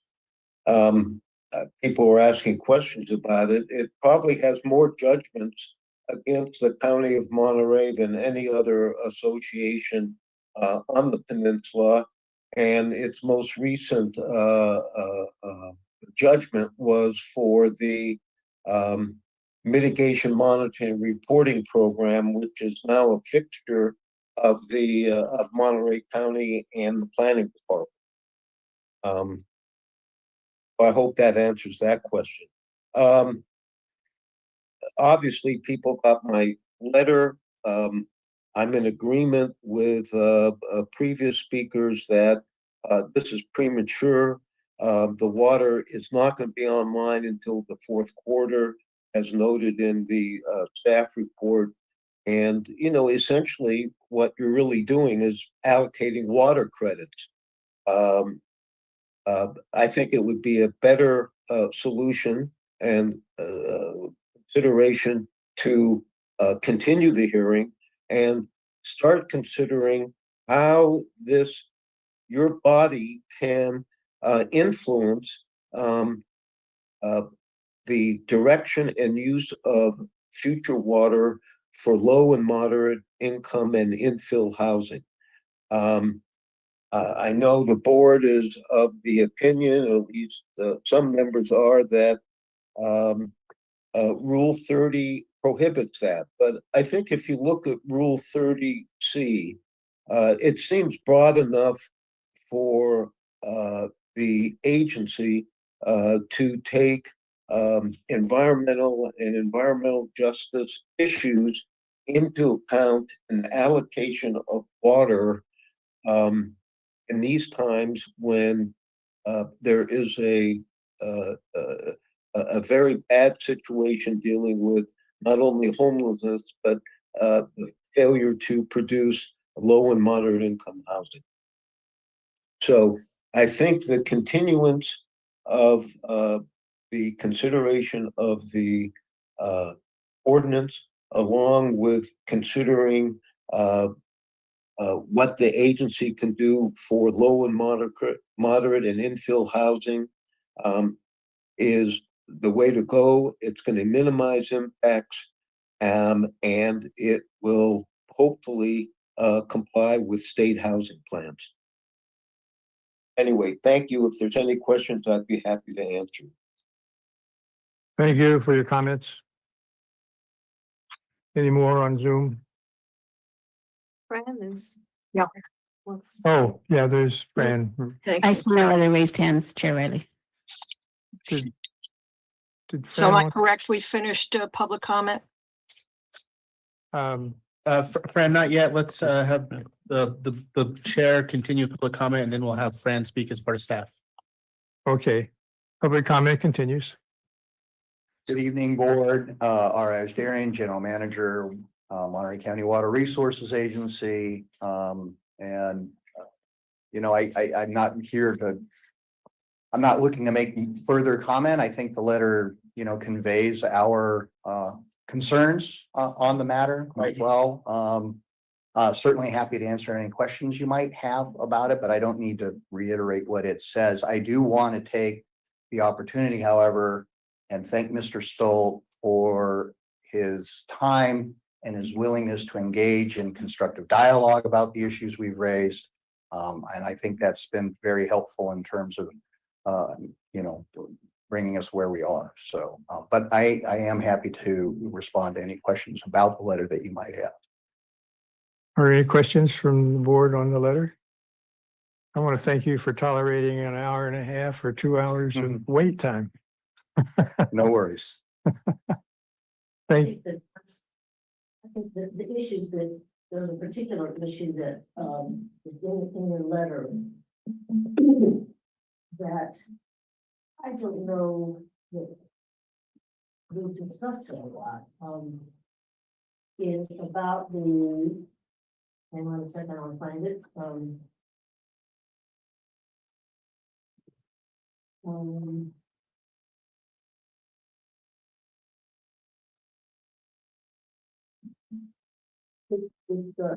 where you refer to what other projects or what other needs the water, in the water that comes in to get purified might be used for, Mhm. that might not be in fact an available source. Correct. So the water that's available for the Pure Water Monterey project from the Water Resources Agency basically comes from two sources. And it's either what we've typically deemed as excess wastewater or from other interruptible supplies that have been developed subsequent to entering into this agreement 10 years ago. And those are literally referred to as interruptible supplies. The agreement is in place. There has been a historic demand for the wastewater and for the recycled water in particular. And that historic demand is subject to change, right? And so if we think prior to Pure Water Monterey coming on, water would come into the regional treatment plant and it would be treated and it would be sent out to the ocean. And then by the late 1990s, it would be treated and either used as an exchange supply, right, to provide irrigation water for crops in and around the Castroville area, so as to alleviate pumping on the groundwater basin there, what's commonly referred to as the 180-400. And so that supply has been in place, 27 years now, or well, since 98, and there's been a shape to that demand. Fast forward to 2014, when people were beginning to envision the Pure Water project, and they see this shape and the fact that there's still water going out to the ocean and there's opportunity to do better with that, right? And the Seaside Basin has its needs and we can help those needs, and it's just good resource management. And so that's the fundamental basis of the agreement, and why we're strong proponents for the Pure Water Monterey project. However, the other thing that the agreement recognized, and I footnote the specific language out of it, is that for purposes of protecting the 180-400 subbasin, that water may be repurposed. And we are at a place in time now with the implementation of the Sustainable Groundwater Management Act, where the deadline to do something is 15 years. So I talk about this 5 to 15-year window. I think, you all have been involved in water projects in a long, long time. And you know that if we had a project designed and ready to go today, it would be 5 years before we were doing anything. So that's kind of the minimum threshold that we're looking at there. But things are certainly going to change in terms of how we manage that subbasin. And recycled water is going to be a part of that future. And so that's the cautionary tale that we're raising here. Is it 5 years, 10? It's very difficult to say. The Salinas Valley Basin Groundwater Sustainability Agency just submitted or is about to submit their updated plan for the 180-400. They're going to revise that in 2 years. There is a lot of energy behind exploring what sorts of projects could be what is commonly referred to as an expansion of the Castroville seawater intrusion project. I think it's more likely to be CSIP 2.0, if you will, as opposed to an expansion, but there will be uses for this recycled water that's historically been available in the foreseeable future. If that's 5 or 10 years, I don't know. And I think, there's a long history of that water being available and there's a long history of not doing something with it. And I think, on the other side, people are looking at that history and saying, this is the path forward. And that's where I think the bulk of the sort of the different perspectives about the future comes in. Hopefully that helps. That does help, but what I'm not sure about is who has the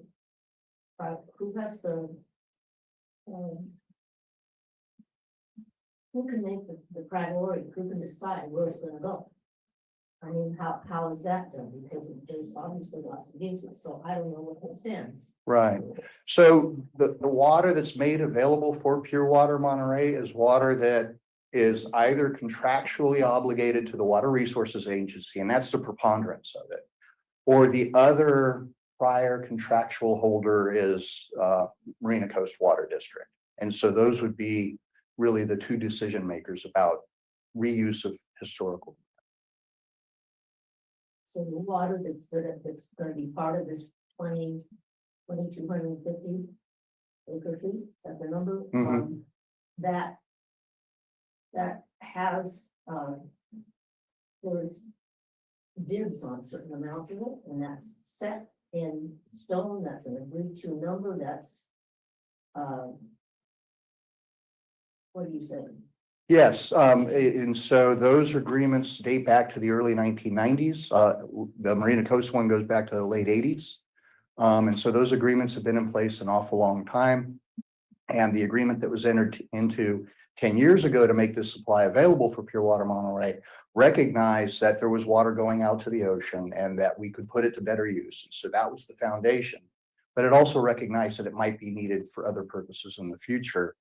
And so it would be decisions made either by Marina Coast Water District with respect to the supplies that they have contractual rights to, or by the Water Resources Agency with respect to supplies that either we have water contractual obligations to, or contractual rights to, or actual, water permits for. And so those are kind of the two ways that water is made available. It's a very complicated chain of agreements that brings the water here, and so it's hard to explain sometimes. I can understand that, I hear that. But you're not telling me that there is of the 2250, but 1,750 of it is for the use of the community of building of what the water management district do, and the balance is for the water resources use. I think of it different. That. Right, I think of it different. It's not carved up that way, right? And in essence, what the agreement says is when Marina Coast or the Water Resources Agency aren't using their water, that we make it available for the Pure Water Monterey project. And so there are some specific amounts that are set aside in that 10-year-old agreement, but they're not large quantities. And there's a difference between the way water is made available for the base project versus the expansion project. And so there aren't sort of fixed numbers about what the future will bring. I would also note that there's interannual variability based on hydrology. And so, the amount of water that's going to be available in the future for pure water in a wet year is going to be greater than the amount of water available for pure water in a dry year. Part of the reason why we recommend, at least in the interim, the next 2 to 5 years or so, while the Sustainable Groundwater Management Act implementation is getting sorted out, that if people do receive this allocation, not people, if jurisdictions receive this allocation, the decision they make with that would be to park it in the basin and hold it there either until there's more certainty about the future or certainly for the next drought, which will come. So. Any follow-up questions for you? Okay, I didn't know. Yes. Again, the newcomer, can you talk about the difference between the water that was, you said the water made available for the base project is different than the water made available for the expansion project? How is it different? Yeah, and so in the base project, there were quantities that were assigned to Monterey One Water and then reassigned. And so, for example, there's a quantity of water, I think it's about 650 acre feet that's made available in the summertime as an example. And there are other locations under the new source supplies that that the Water Resources Agency, who holds the permits, the state board permits for that water, allows M1 to use. And so Blanco Drain, Reclamation Ditch, those sorts of things. And so there are specific quantities that are assigned to Monterey One for the base project. The big variable is, the potential effect of hydrology or regulation on those new source supplies. That's one variable, certainly. But the biggest variable really has to do with the historic availability of the excess wastewater. And in the summertime, the vast majority of that water has been used in the Castroville Seawater Intrusion Project. What the expansion project is looking for, and it's been characterized as a peaker plant, which I think is fair, is that availability, that historic availability of water in the wintertime, right? And it's foreseeable that there'll be some of that still there, but it's also foreseeable that fall through spring demand for the 180-400 will change as people conceive and implement projects to better manage that natural resource that's there. I have a question. You have a question? Yeah. Of course. Go ahead. So are there any such projects on the horizon being planned or to make use of more of the wastewater? So there are a number of feasibility studies underway that the Salinas Valley Basin GSA is directing. I also know that Marina Coast Water District is looking at projects. They're looking at a deep aquifer injection well as an example, and other projects. So do we have something in front of us today? No. Will we in 2 to 5 years? I suspect we will. Yeah, you're just really beginning to see that sense of urgency in that community that hasn't been there before because they haven't had to face this mandate before. They haven't had to face the possibility of land fallowing before. And so there are just dynamics in play today that have just never existed. All right, Kate, and then I want to make a comment and we'll close this discussion. And this might be a question for Dave or someone else, but just to be clear, the need for the 180-400 is a very large number of acre feet, and the amount we're talking about is a small portion of that. Can you just add some numbers? Sure. So as I understand it, the imbalance in the 180-400 is in the order of about 20,000 acre feet. And so if you look at all of the water that, Pure Water is using now, you're looking at almost 6. So about 1/3 of the solution could lie there approximately. And that will change, again, depending on year types. This was a very favorable year type where because of the wet winter, we were able to divert a lot of water from the river. And so we will rely on that when it's available. And there'll be opportunities for Pure Water to rely on recycled water because of that. But there'll be other, the next drought cycle will come along and it'll put a lot more pressure on the demand for that recycled water. And then the last question is this was just asked, but I want to be clear because I have focused a bit of attention on the GSAs, but any projects that are specifically looking to recycle that water that we're talking about, or are they bigger projects that are going to be perhaps desalting and re-injecting different sources of water? Yes, great question. So no, to the first part, folks haven't really looked at this supply of recycled water yet. It has been these larger projects, but with those come significant costs. And so the community is very interested in, can we implement smaller scale projects that take incremental steps towards the sustainability that we need to achieve by 2040. And that's why I would anticipate seeing these waters repurposed and other supplies being developed in sort of small incremental chunks that are more manageable from a planning perspective and also more affordable. So my comment is the scale on which we're talking about the supply compared to the priorities for given, community of need. Ag and Salinas have enormous demands on through the Sigma process of getting water. The scale of the reclaimed water, the recycled water, wastewater, I'll call it the runoff water. The scale of that in the context of the scale in which you need to, address issues, it's very small. And being small, it's also very expensive. Now, we can afford it because it fits conveniently with the supply plan that, the district has and the peninsula needs. And so I'm just going to leave it as a comment and not a question. But, my concern is the scale of the amount of water that we need and we can use, and we are already committed to using it, is big to us. But my guess is a scale in your mind, it should be small potatoes to the scale in which you're talking about.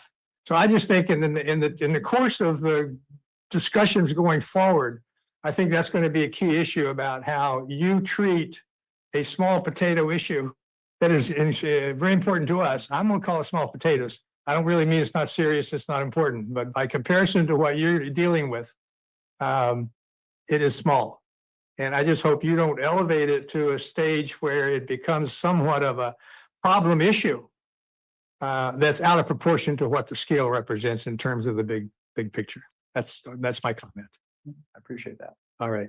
And thank you for your comments and thank you for sticking around and all this. And Thanks for the opportunity to address the board. And again, I appreciate, the willingness of Mr. Stoll to engage on these issues and just converse and, constructively. So thank you. all right. Thank you. Okay, we'll close public comment. Go back to the issue of this proposed second reading. Plans. Through the chair, I like to hear from the general manager. We've been through this over and over again. Now let's hear the general manager out about this water. I know we got in the contract and he wouldn't have made a contract if he knew the water wasn't there. Go ahead there, GM. Yeah, I think you just summarized my conclusion, which is we wouldn't have entered into a contract if we didn't believe the water's not there. And we've assessed business risk, we've assessed contractual risk, we've assessed, he is correct that some of the water is not contractually obligated. It's if it is unused, then it is available.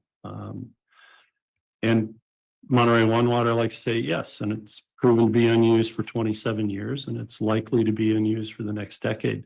First of all, I respect everything that's been said.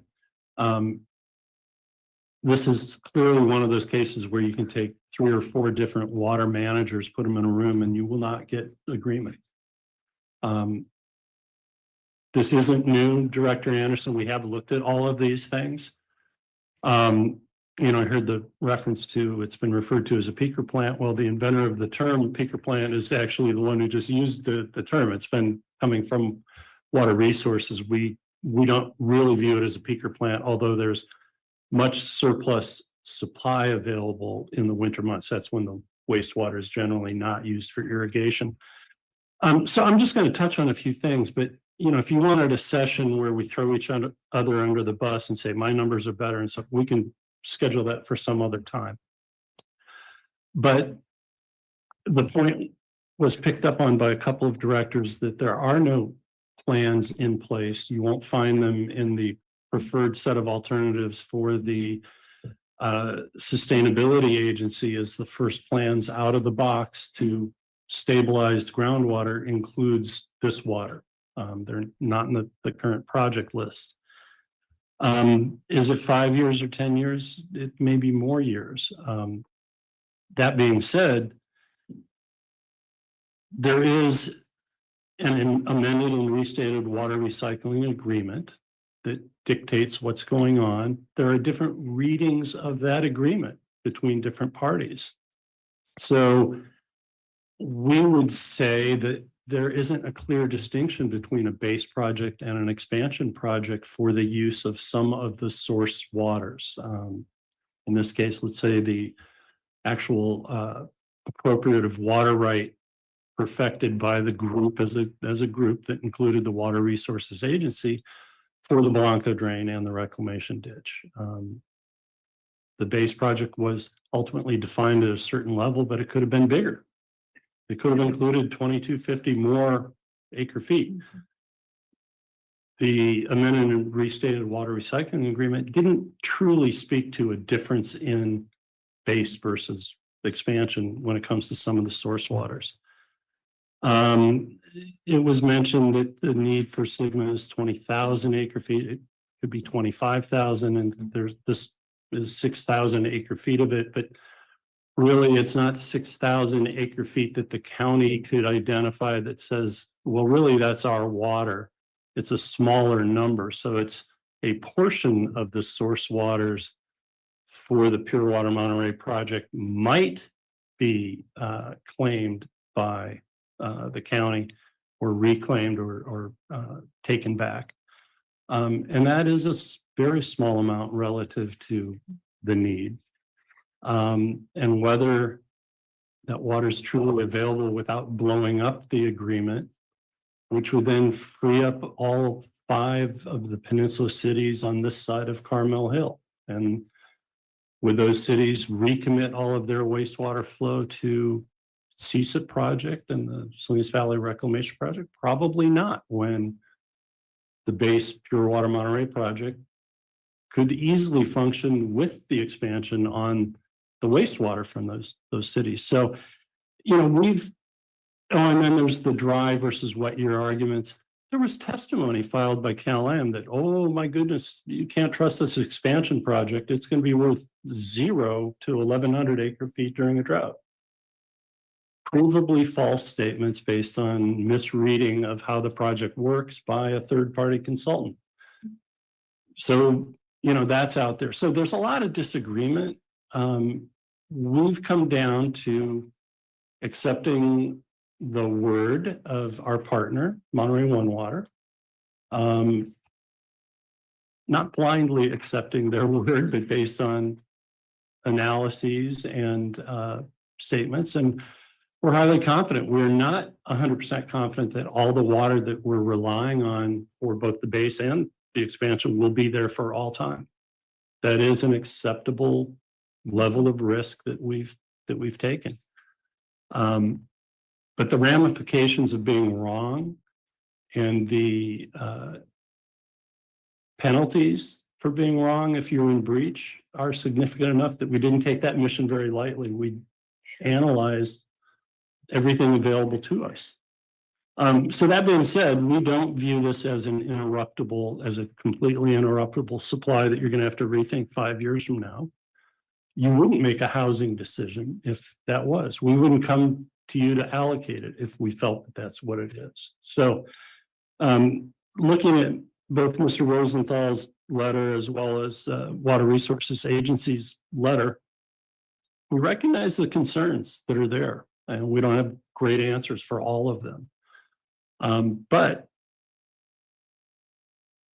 the allocation numbers aren't going to change. So what we want to allocate to the jurisdictions, those numbers are ready today, or they're ready 2 months from now, or ready 8 months from now.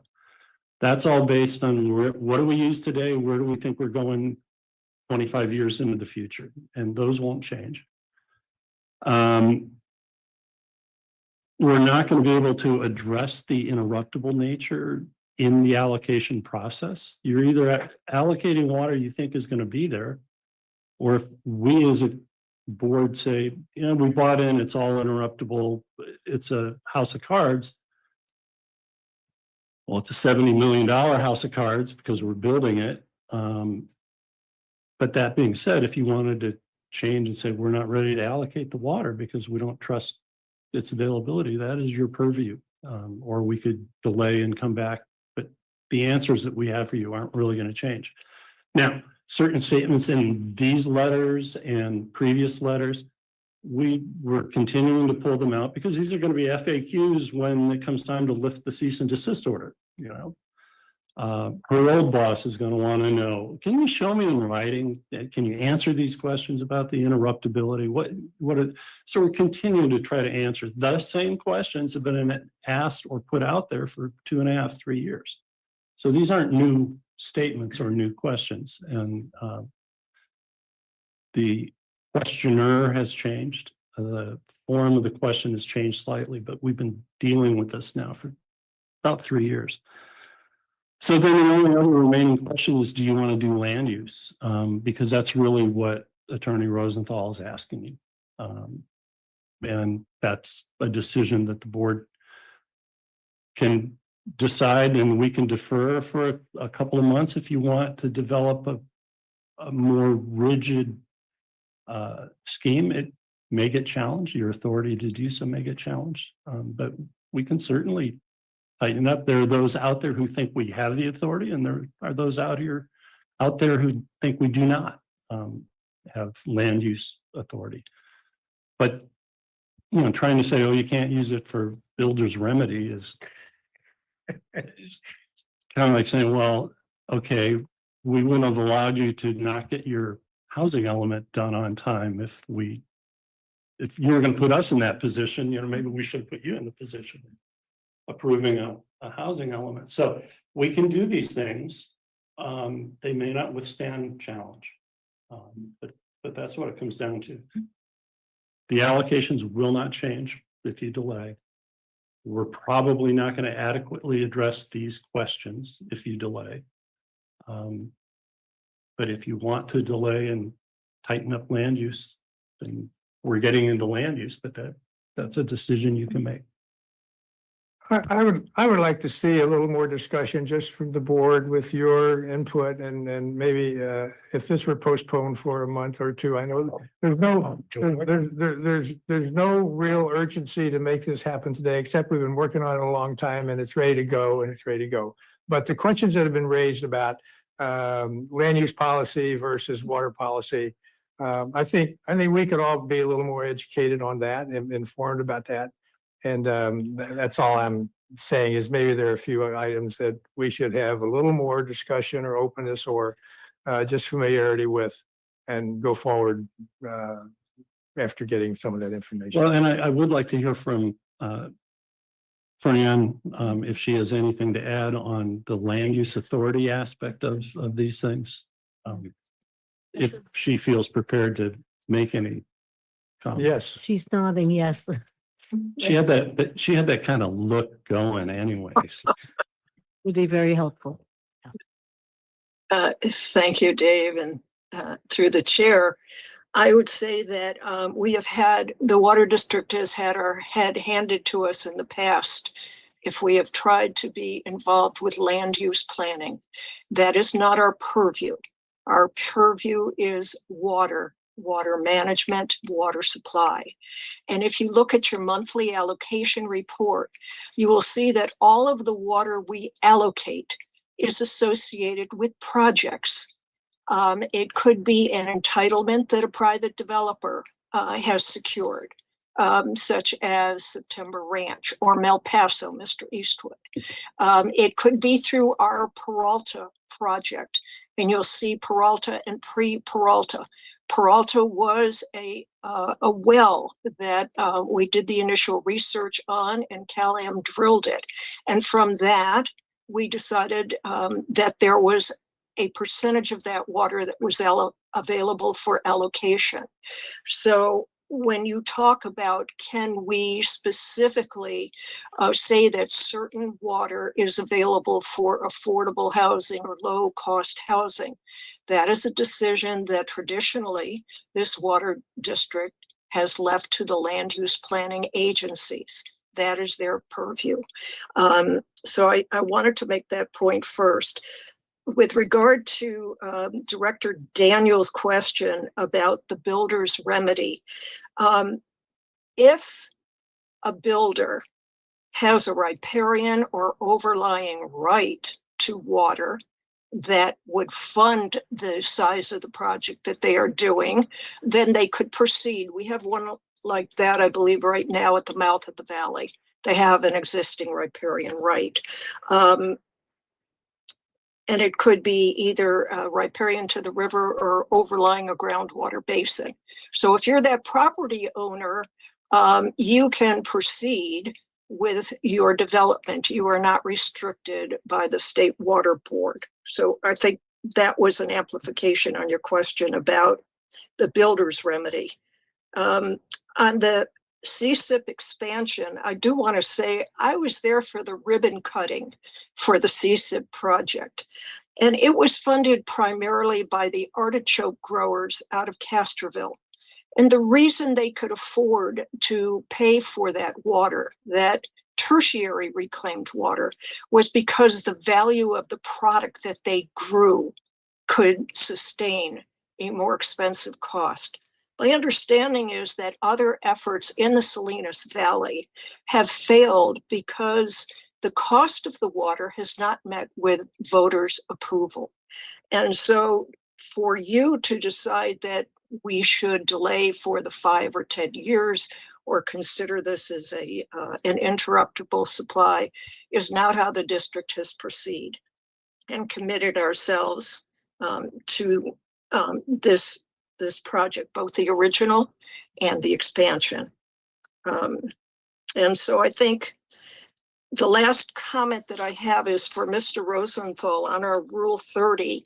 And this goes back to my comment that the water district allocates water. We do not make land use decisions. My reading of Rule 30, including subsection C, does not in any way grant the district the authority to engage in land use planning. And I believe the general manager has already stated that, yes, we could proceed that way, but we should expect a legal challenge because we are then telling jurisdictions how their water is going to be used, whereas they have gone through this process of determining what their priorities are in each one of their land use plans, their general plans, their master plans. So thank you for the opportunity to share some of these thoughts with you. Obviously, a delay for more discussion is always within your prerogative. Thank you for that input on land use. It helps me clarify things in my brain. And just one item for clarification, you had asked about the Save Our Peninsula Committee. The September Ranch lawsuit, 2001, would be memorable to a lot of us who were involved in that. Yes, Kate?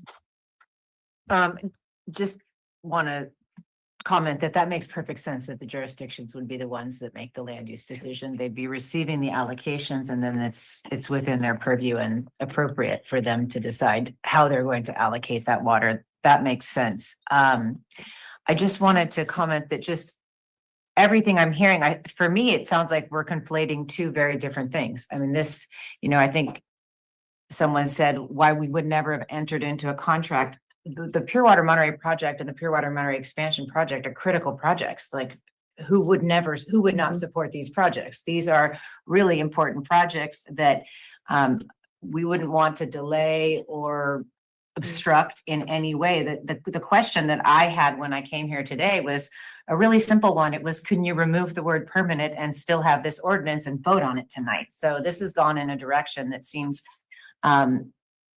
strange to me, but my concern is that we need to have allocations.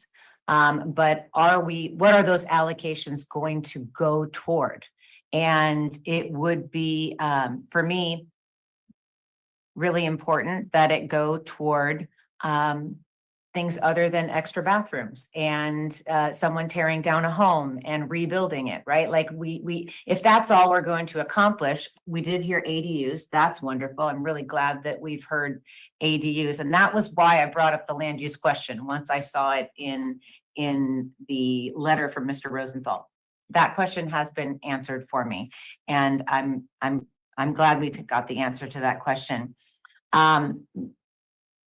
I would absolutely support delaying just to find out if we can take that word out. If you can answer that question tonight, it's an important, I think, question. The allocation is modest. This is not, I don't think this is an allocation that's going to bankrupt the district, whatever happens. I don't think this is an allocation that is going to really be utilized in any other way by the GSAs in the future. I mean, the projects that I know the GSAs are looking at are very big projects. They're not these small projects, but I just, as a member now of the Board of Supervisors, where I have been for only the last 2 weeks, there might be, when I read this letter, something better for us to do with that allocation once we get that allocation to the jurisdictions, this suggestion of sort of banking it. I mean, I want to see these allocations happen. But I also don't want to open up the opportunity for, when I guess this wouldn't happen unless these meters were put in place, and that's going to require the cease and desist order, some of these builder's remedy projects to move forward. I wasn't necessarily saying have the allocations and they don't go toward the builder's remedy, and I definitely wasn't talking about the riparian rights that some of these projects have that are moving forward. But I have questions, and those are them, and it's been a very long day. I'll leave it there. Well, thanks for all the, go ahead. I'm gonna cut this conversation short, so. I'll try to be very brief. On the question of deleting the word permanent from the ordinance, I actually suggested it after the first reading, after the meeting. It doesn't matter if we call it permanent or not. It really makes no difference. Nothing is permanent in a sense. I mean, all projects have a certain life, and climate may change, all sorts of things may happen. I know why the word was put in there, because we're talking to the State Water Board because we want the CDO lifted, but it makes no difference really whether we characterize it that way or not in terms of what we're trying to do. So I'm fine with taking it out. I'm gonna differ because I agree. I'm fine with it. My text from Stephanie says she's fine with it. I do have a little dissonance over it because if I'm approving a housing start against this water, I want to believe that it's permanently going to be there. That being said, would I have told you 50 years that Lake Mead is a permanent water supply? Yes. Would I have told you 6 years ago? No. Would I tell you today? Probably yes. I mean, so water supplies do have kind of a changing characteristic to them. We can live without the word permanent, but we are, some element of it is permanent. When we did this exercise, we said, hey, there's a surplus before a desal plant even comes online of 2,500, actually 2,559 acre feet. Let's hold back 1,000 acre feet. Well, part of the reason for that 1,000 was, let's see what happens. Maybe it's permanent, or its actual yield is going to be something a little less than 2,250 every year. So part of the reason to hold some back and then only give about a third was, let's see what happens. But yeah, we can drop the word permanent from the findings and elsewhere. We did change the staff report to read could lift the CDO instead of will lift the CDO. So we're already trying to make concessions to the different parties that think things are not permanent. I just want to, I think there's a closely related issue that people are confusing intermittency and seasonal variation with unreliability or unavailability. And those are really not the same at all. We have our ASR project, right? Captures some of that excess water in the winter, injects it into the aquifer. You may think that peaker plant analogy for the pure water Monterey expansion is not doesn't totally fit, but wouldn't it use rely more on water during the wet months when we have more wastewater, more runoff? So it would be kind of in between the ASR and the base project. It would be somewhere in between in terms of using a good deal of excess runoff, right? Maybe more than the base project. But it will be providing water year round. So that's the difference. It's not just run for 4 months and then shut down. Yeah, so it seems like it occupies a place in between the base project and ASR. And to be providing, it may be injecting just more during the wet months, but providing water year round. And after all, it's all going into the aquifer for storage. So that helps so much with the seasonal variability and Right. drought years and all of that. So intermittency, variability, seasonality, that's just, I don't want people to be misled into thinking that that means it's not reliable or it's not available. Well said. That's the water business. Yeah. I'm gonna close the discussion, unless somebody absolutely jumps up and down to say, please, please, please. Just my comment is I'm satisfied that the land use issues are clarified enough for me, so that's not gonna hold me up. Mm. I think the issue of permanent is one of semantics more than projecting chronological events into the Mm. future. We based our whole water supply pure water Monterey expansion on the fact that these supplies are permanent enough to make plans on. And so I would Yeah. like to, I'll make a motion that we approve the second reading of this ordinance. Now second it. Thank you. Through the chair, is there any addressing the word permanent in your motion? Is No, there room for comment on the motion? sure, absolutely. The comment would just be that this is clearly an issue that is of concern to the Board of Supervisors, who I think we can assume sent this letter. And that the issue is, I think it was stated very well stated just now, that interruptible is being used in a way that might not be. There's a better way to describe what happens with water supply, and I really appreciate what was just said. But the concern is that, well, the concern, if I were just to reiterate what Mr. Stoltz said, is that these questions are going to come up and up and up. So if you're going to not remove the word permanent, then I think it's really time not just to feel like you've answered the questions, but to actually like put together a document and answer the questions, because they're questions that are coming from the Board of Supervisors. They're questions that if we don't just answer them, they're questions that are coming from Senator Laird. We're going to keep Thank you getting very asked the much. same questions, and they need to be answered. Well, are we supposed to be Merriam-Webster on defining a word that? You know, Yeah, not everybody's read all the testimony, not everybody's read everything that's addressed the issue, so it's That's a- understandable that not everybody has the same working knowledge. Yeah, and people keep asking the same questions and we keep answering the questions. We've answered them over and over and over again. The most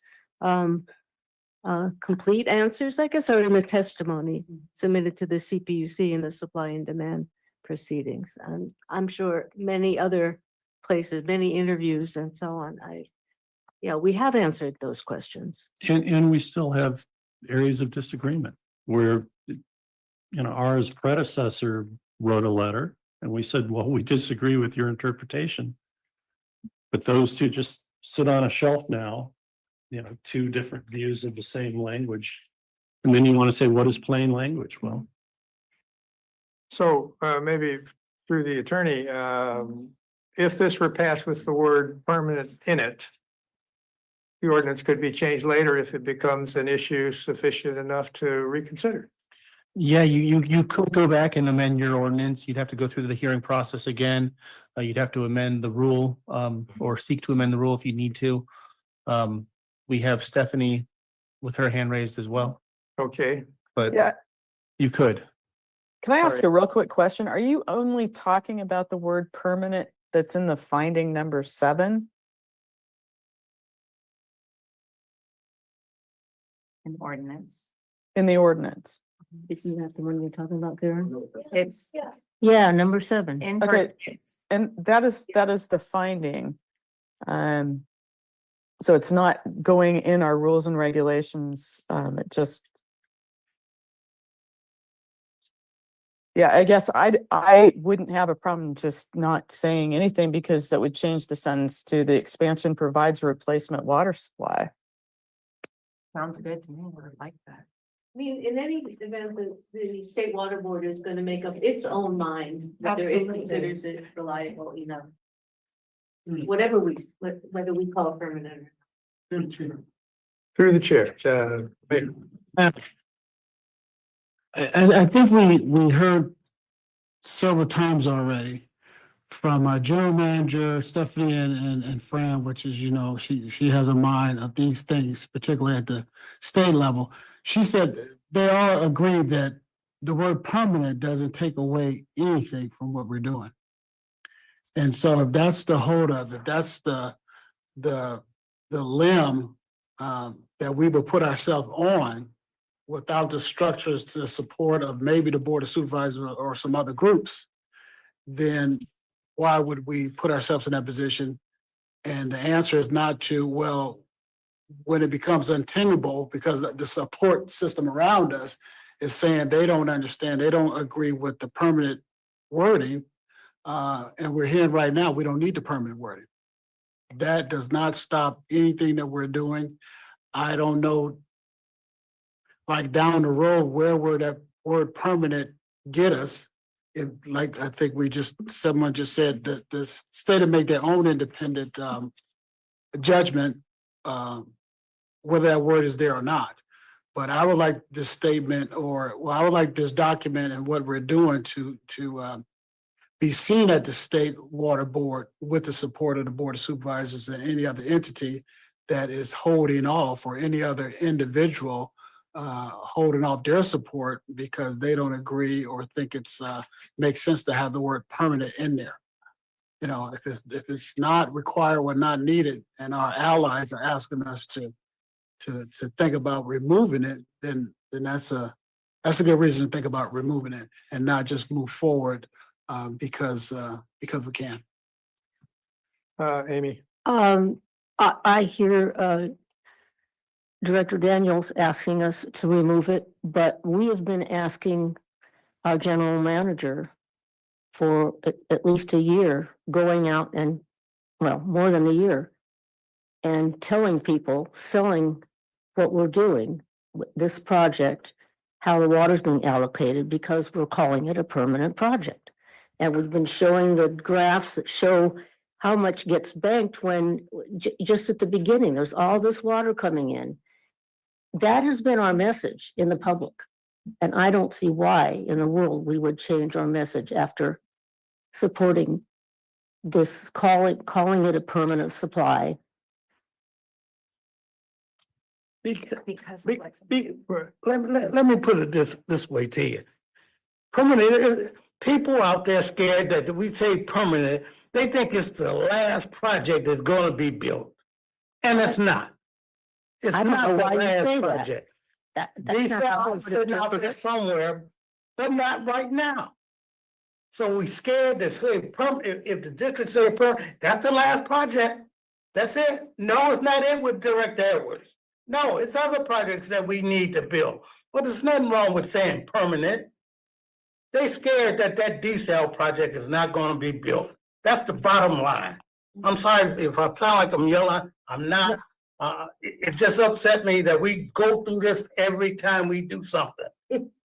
Or perhaps, if I may, every time there's someone new, and I want to just say for myself, my concern, Amy, or Director Anderson, to reiterate your question, it was like, why would we take the word out after we have been out there talking about this as a permanent water supply?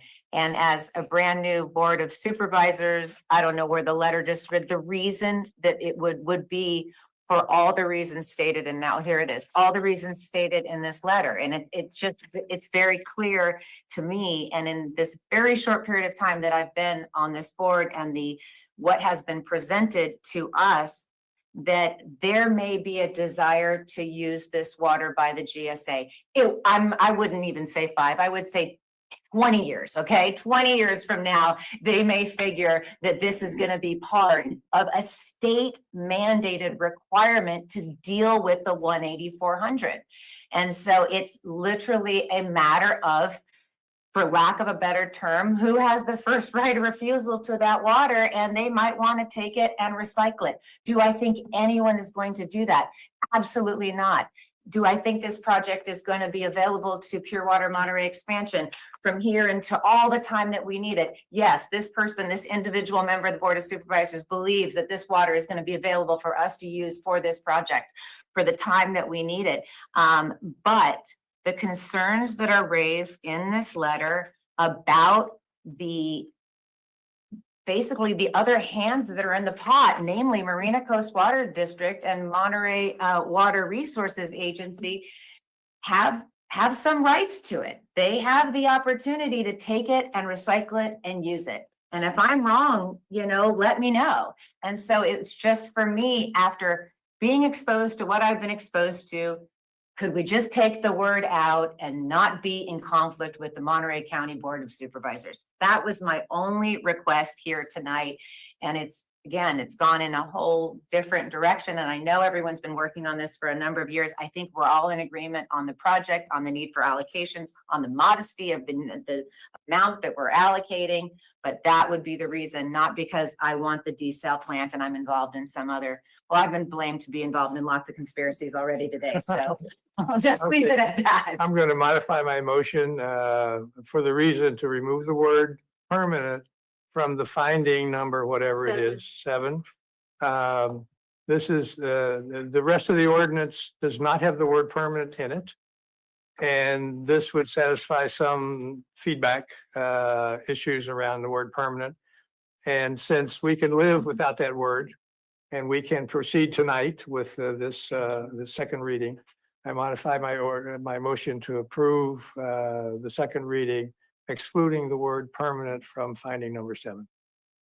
Is that seconded by the? No. Okay. Get somebody else to second that. No. I'll second. Roll call. Director Anderson, No. Director Lindor, Yes. Director Paul, Yes.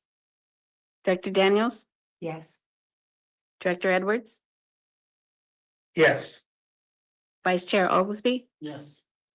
Chair Riley. Yes. Motion passes 6-1. Well, that was interesting. I think we have one more item. Thanks for the board engagement though, and including the audience. I think it was a good discussion and anyway, and just exploring various aspects of that. Anyway, item number 17 is board committee assignments. Who has that? This is basically my recommendation for committee assignments in the coming year. If there can be changes, if there are choices to be made or trade-offs even tonight, but I hope we can approve this as submitted. Anyway, open for comment. 77. 77. Page 77. Oh, Page 75. way back. Or- 77 is the list. Yeah, 77 is the list. Yeah, the list on, yeah.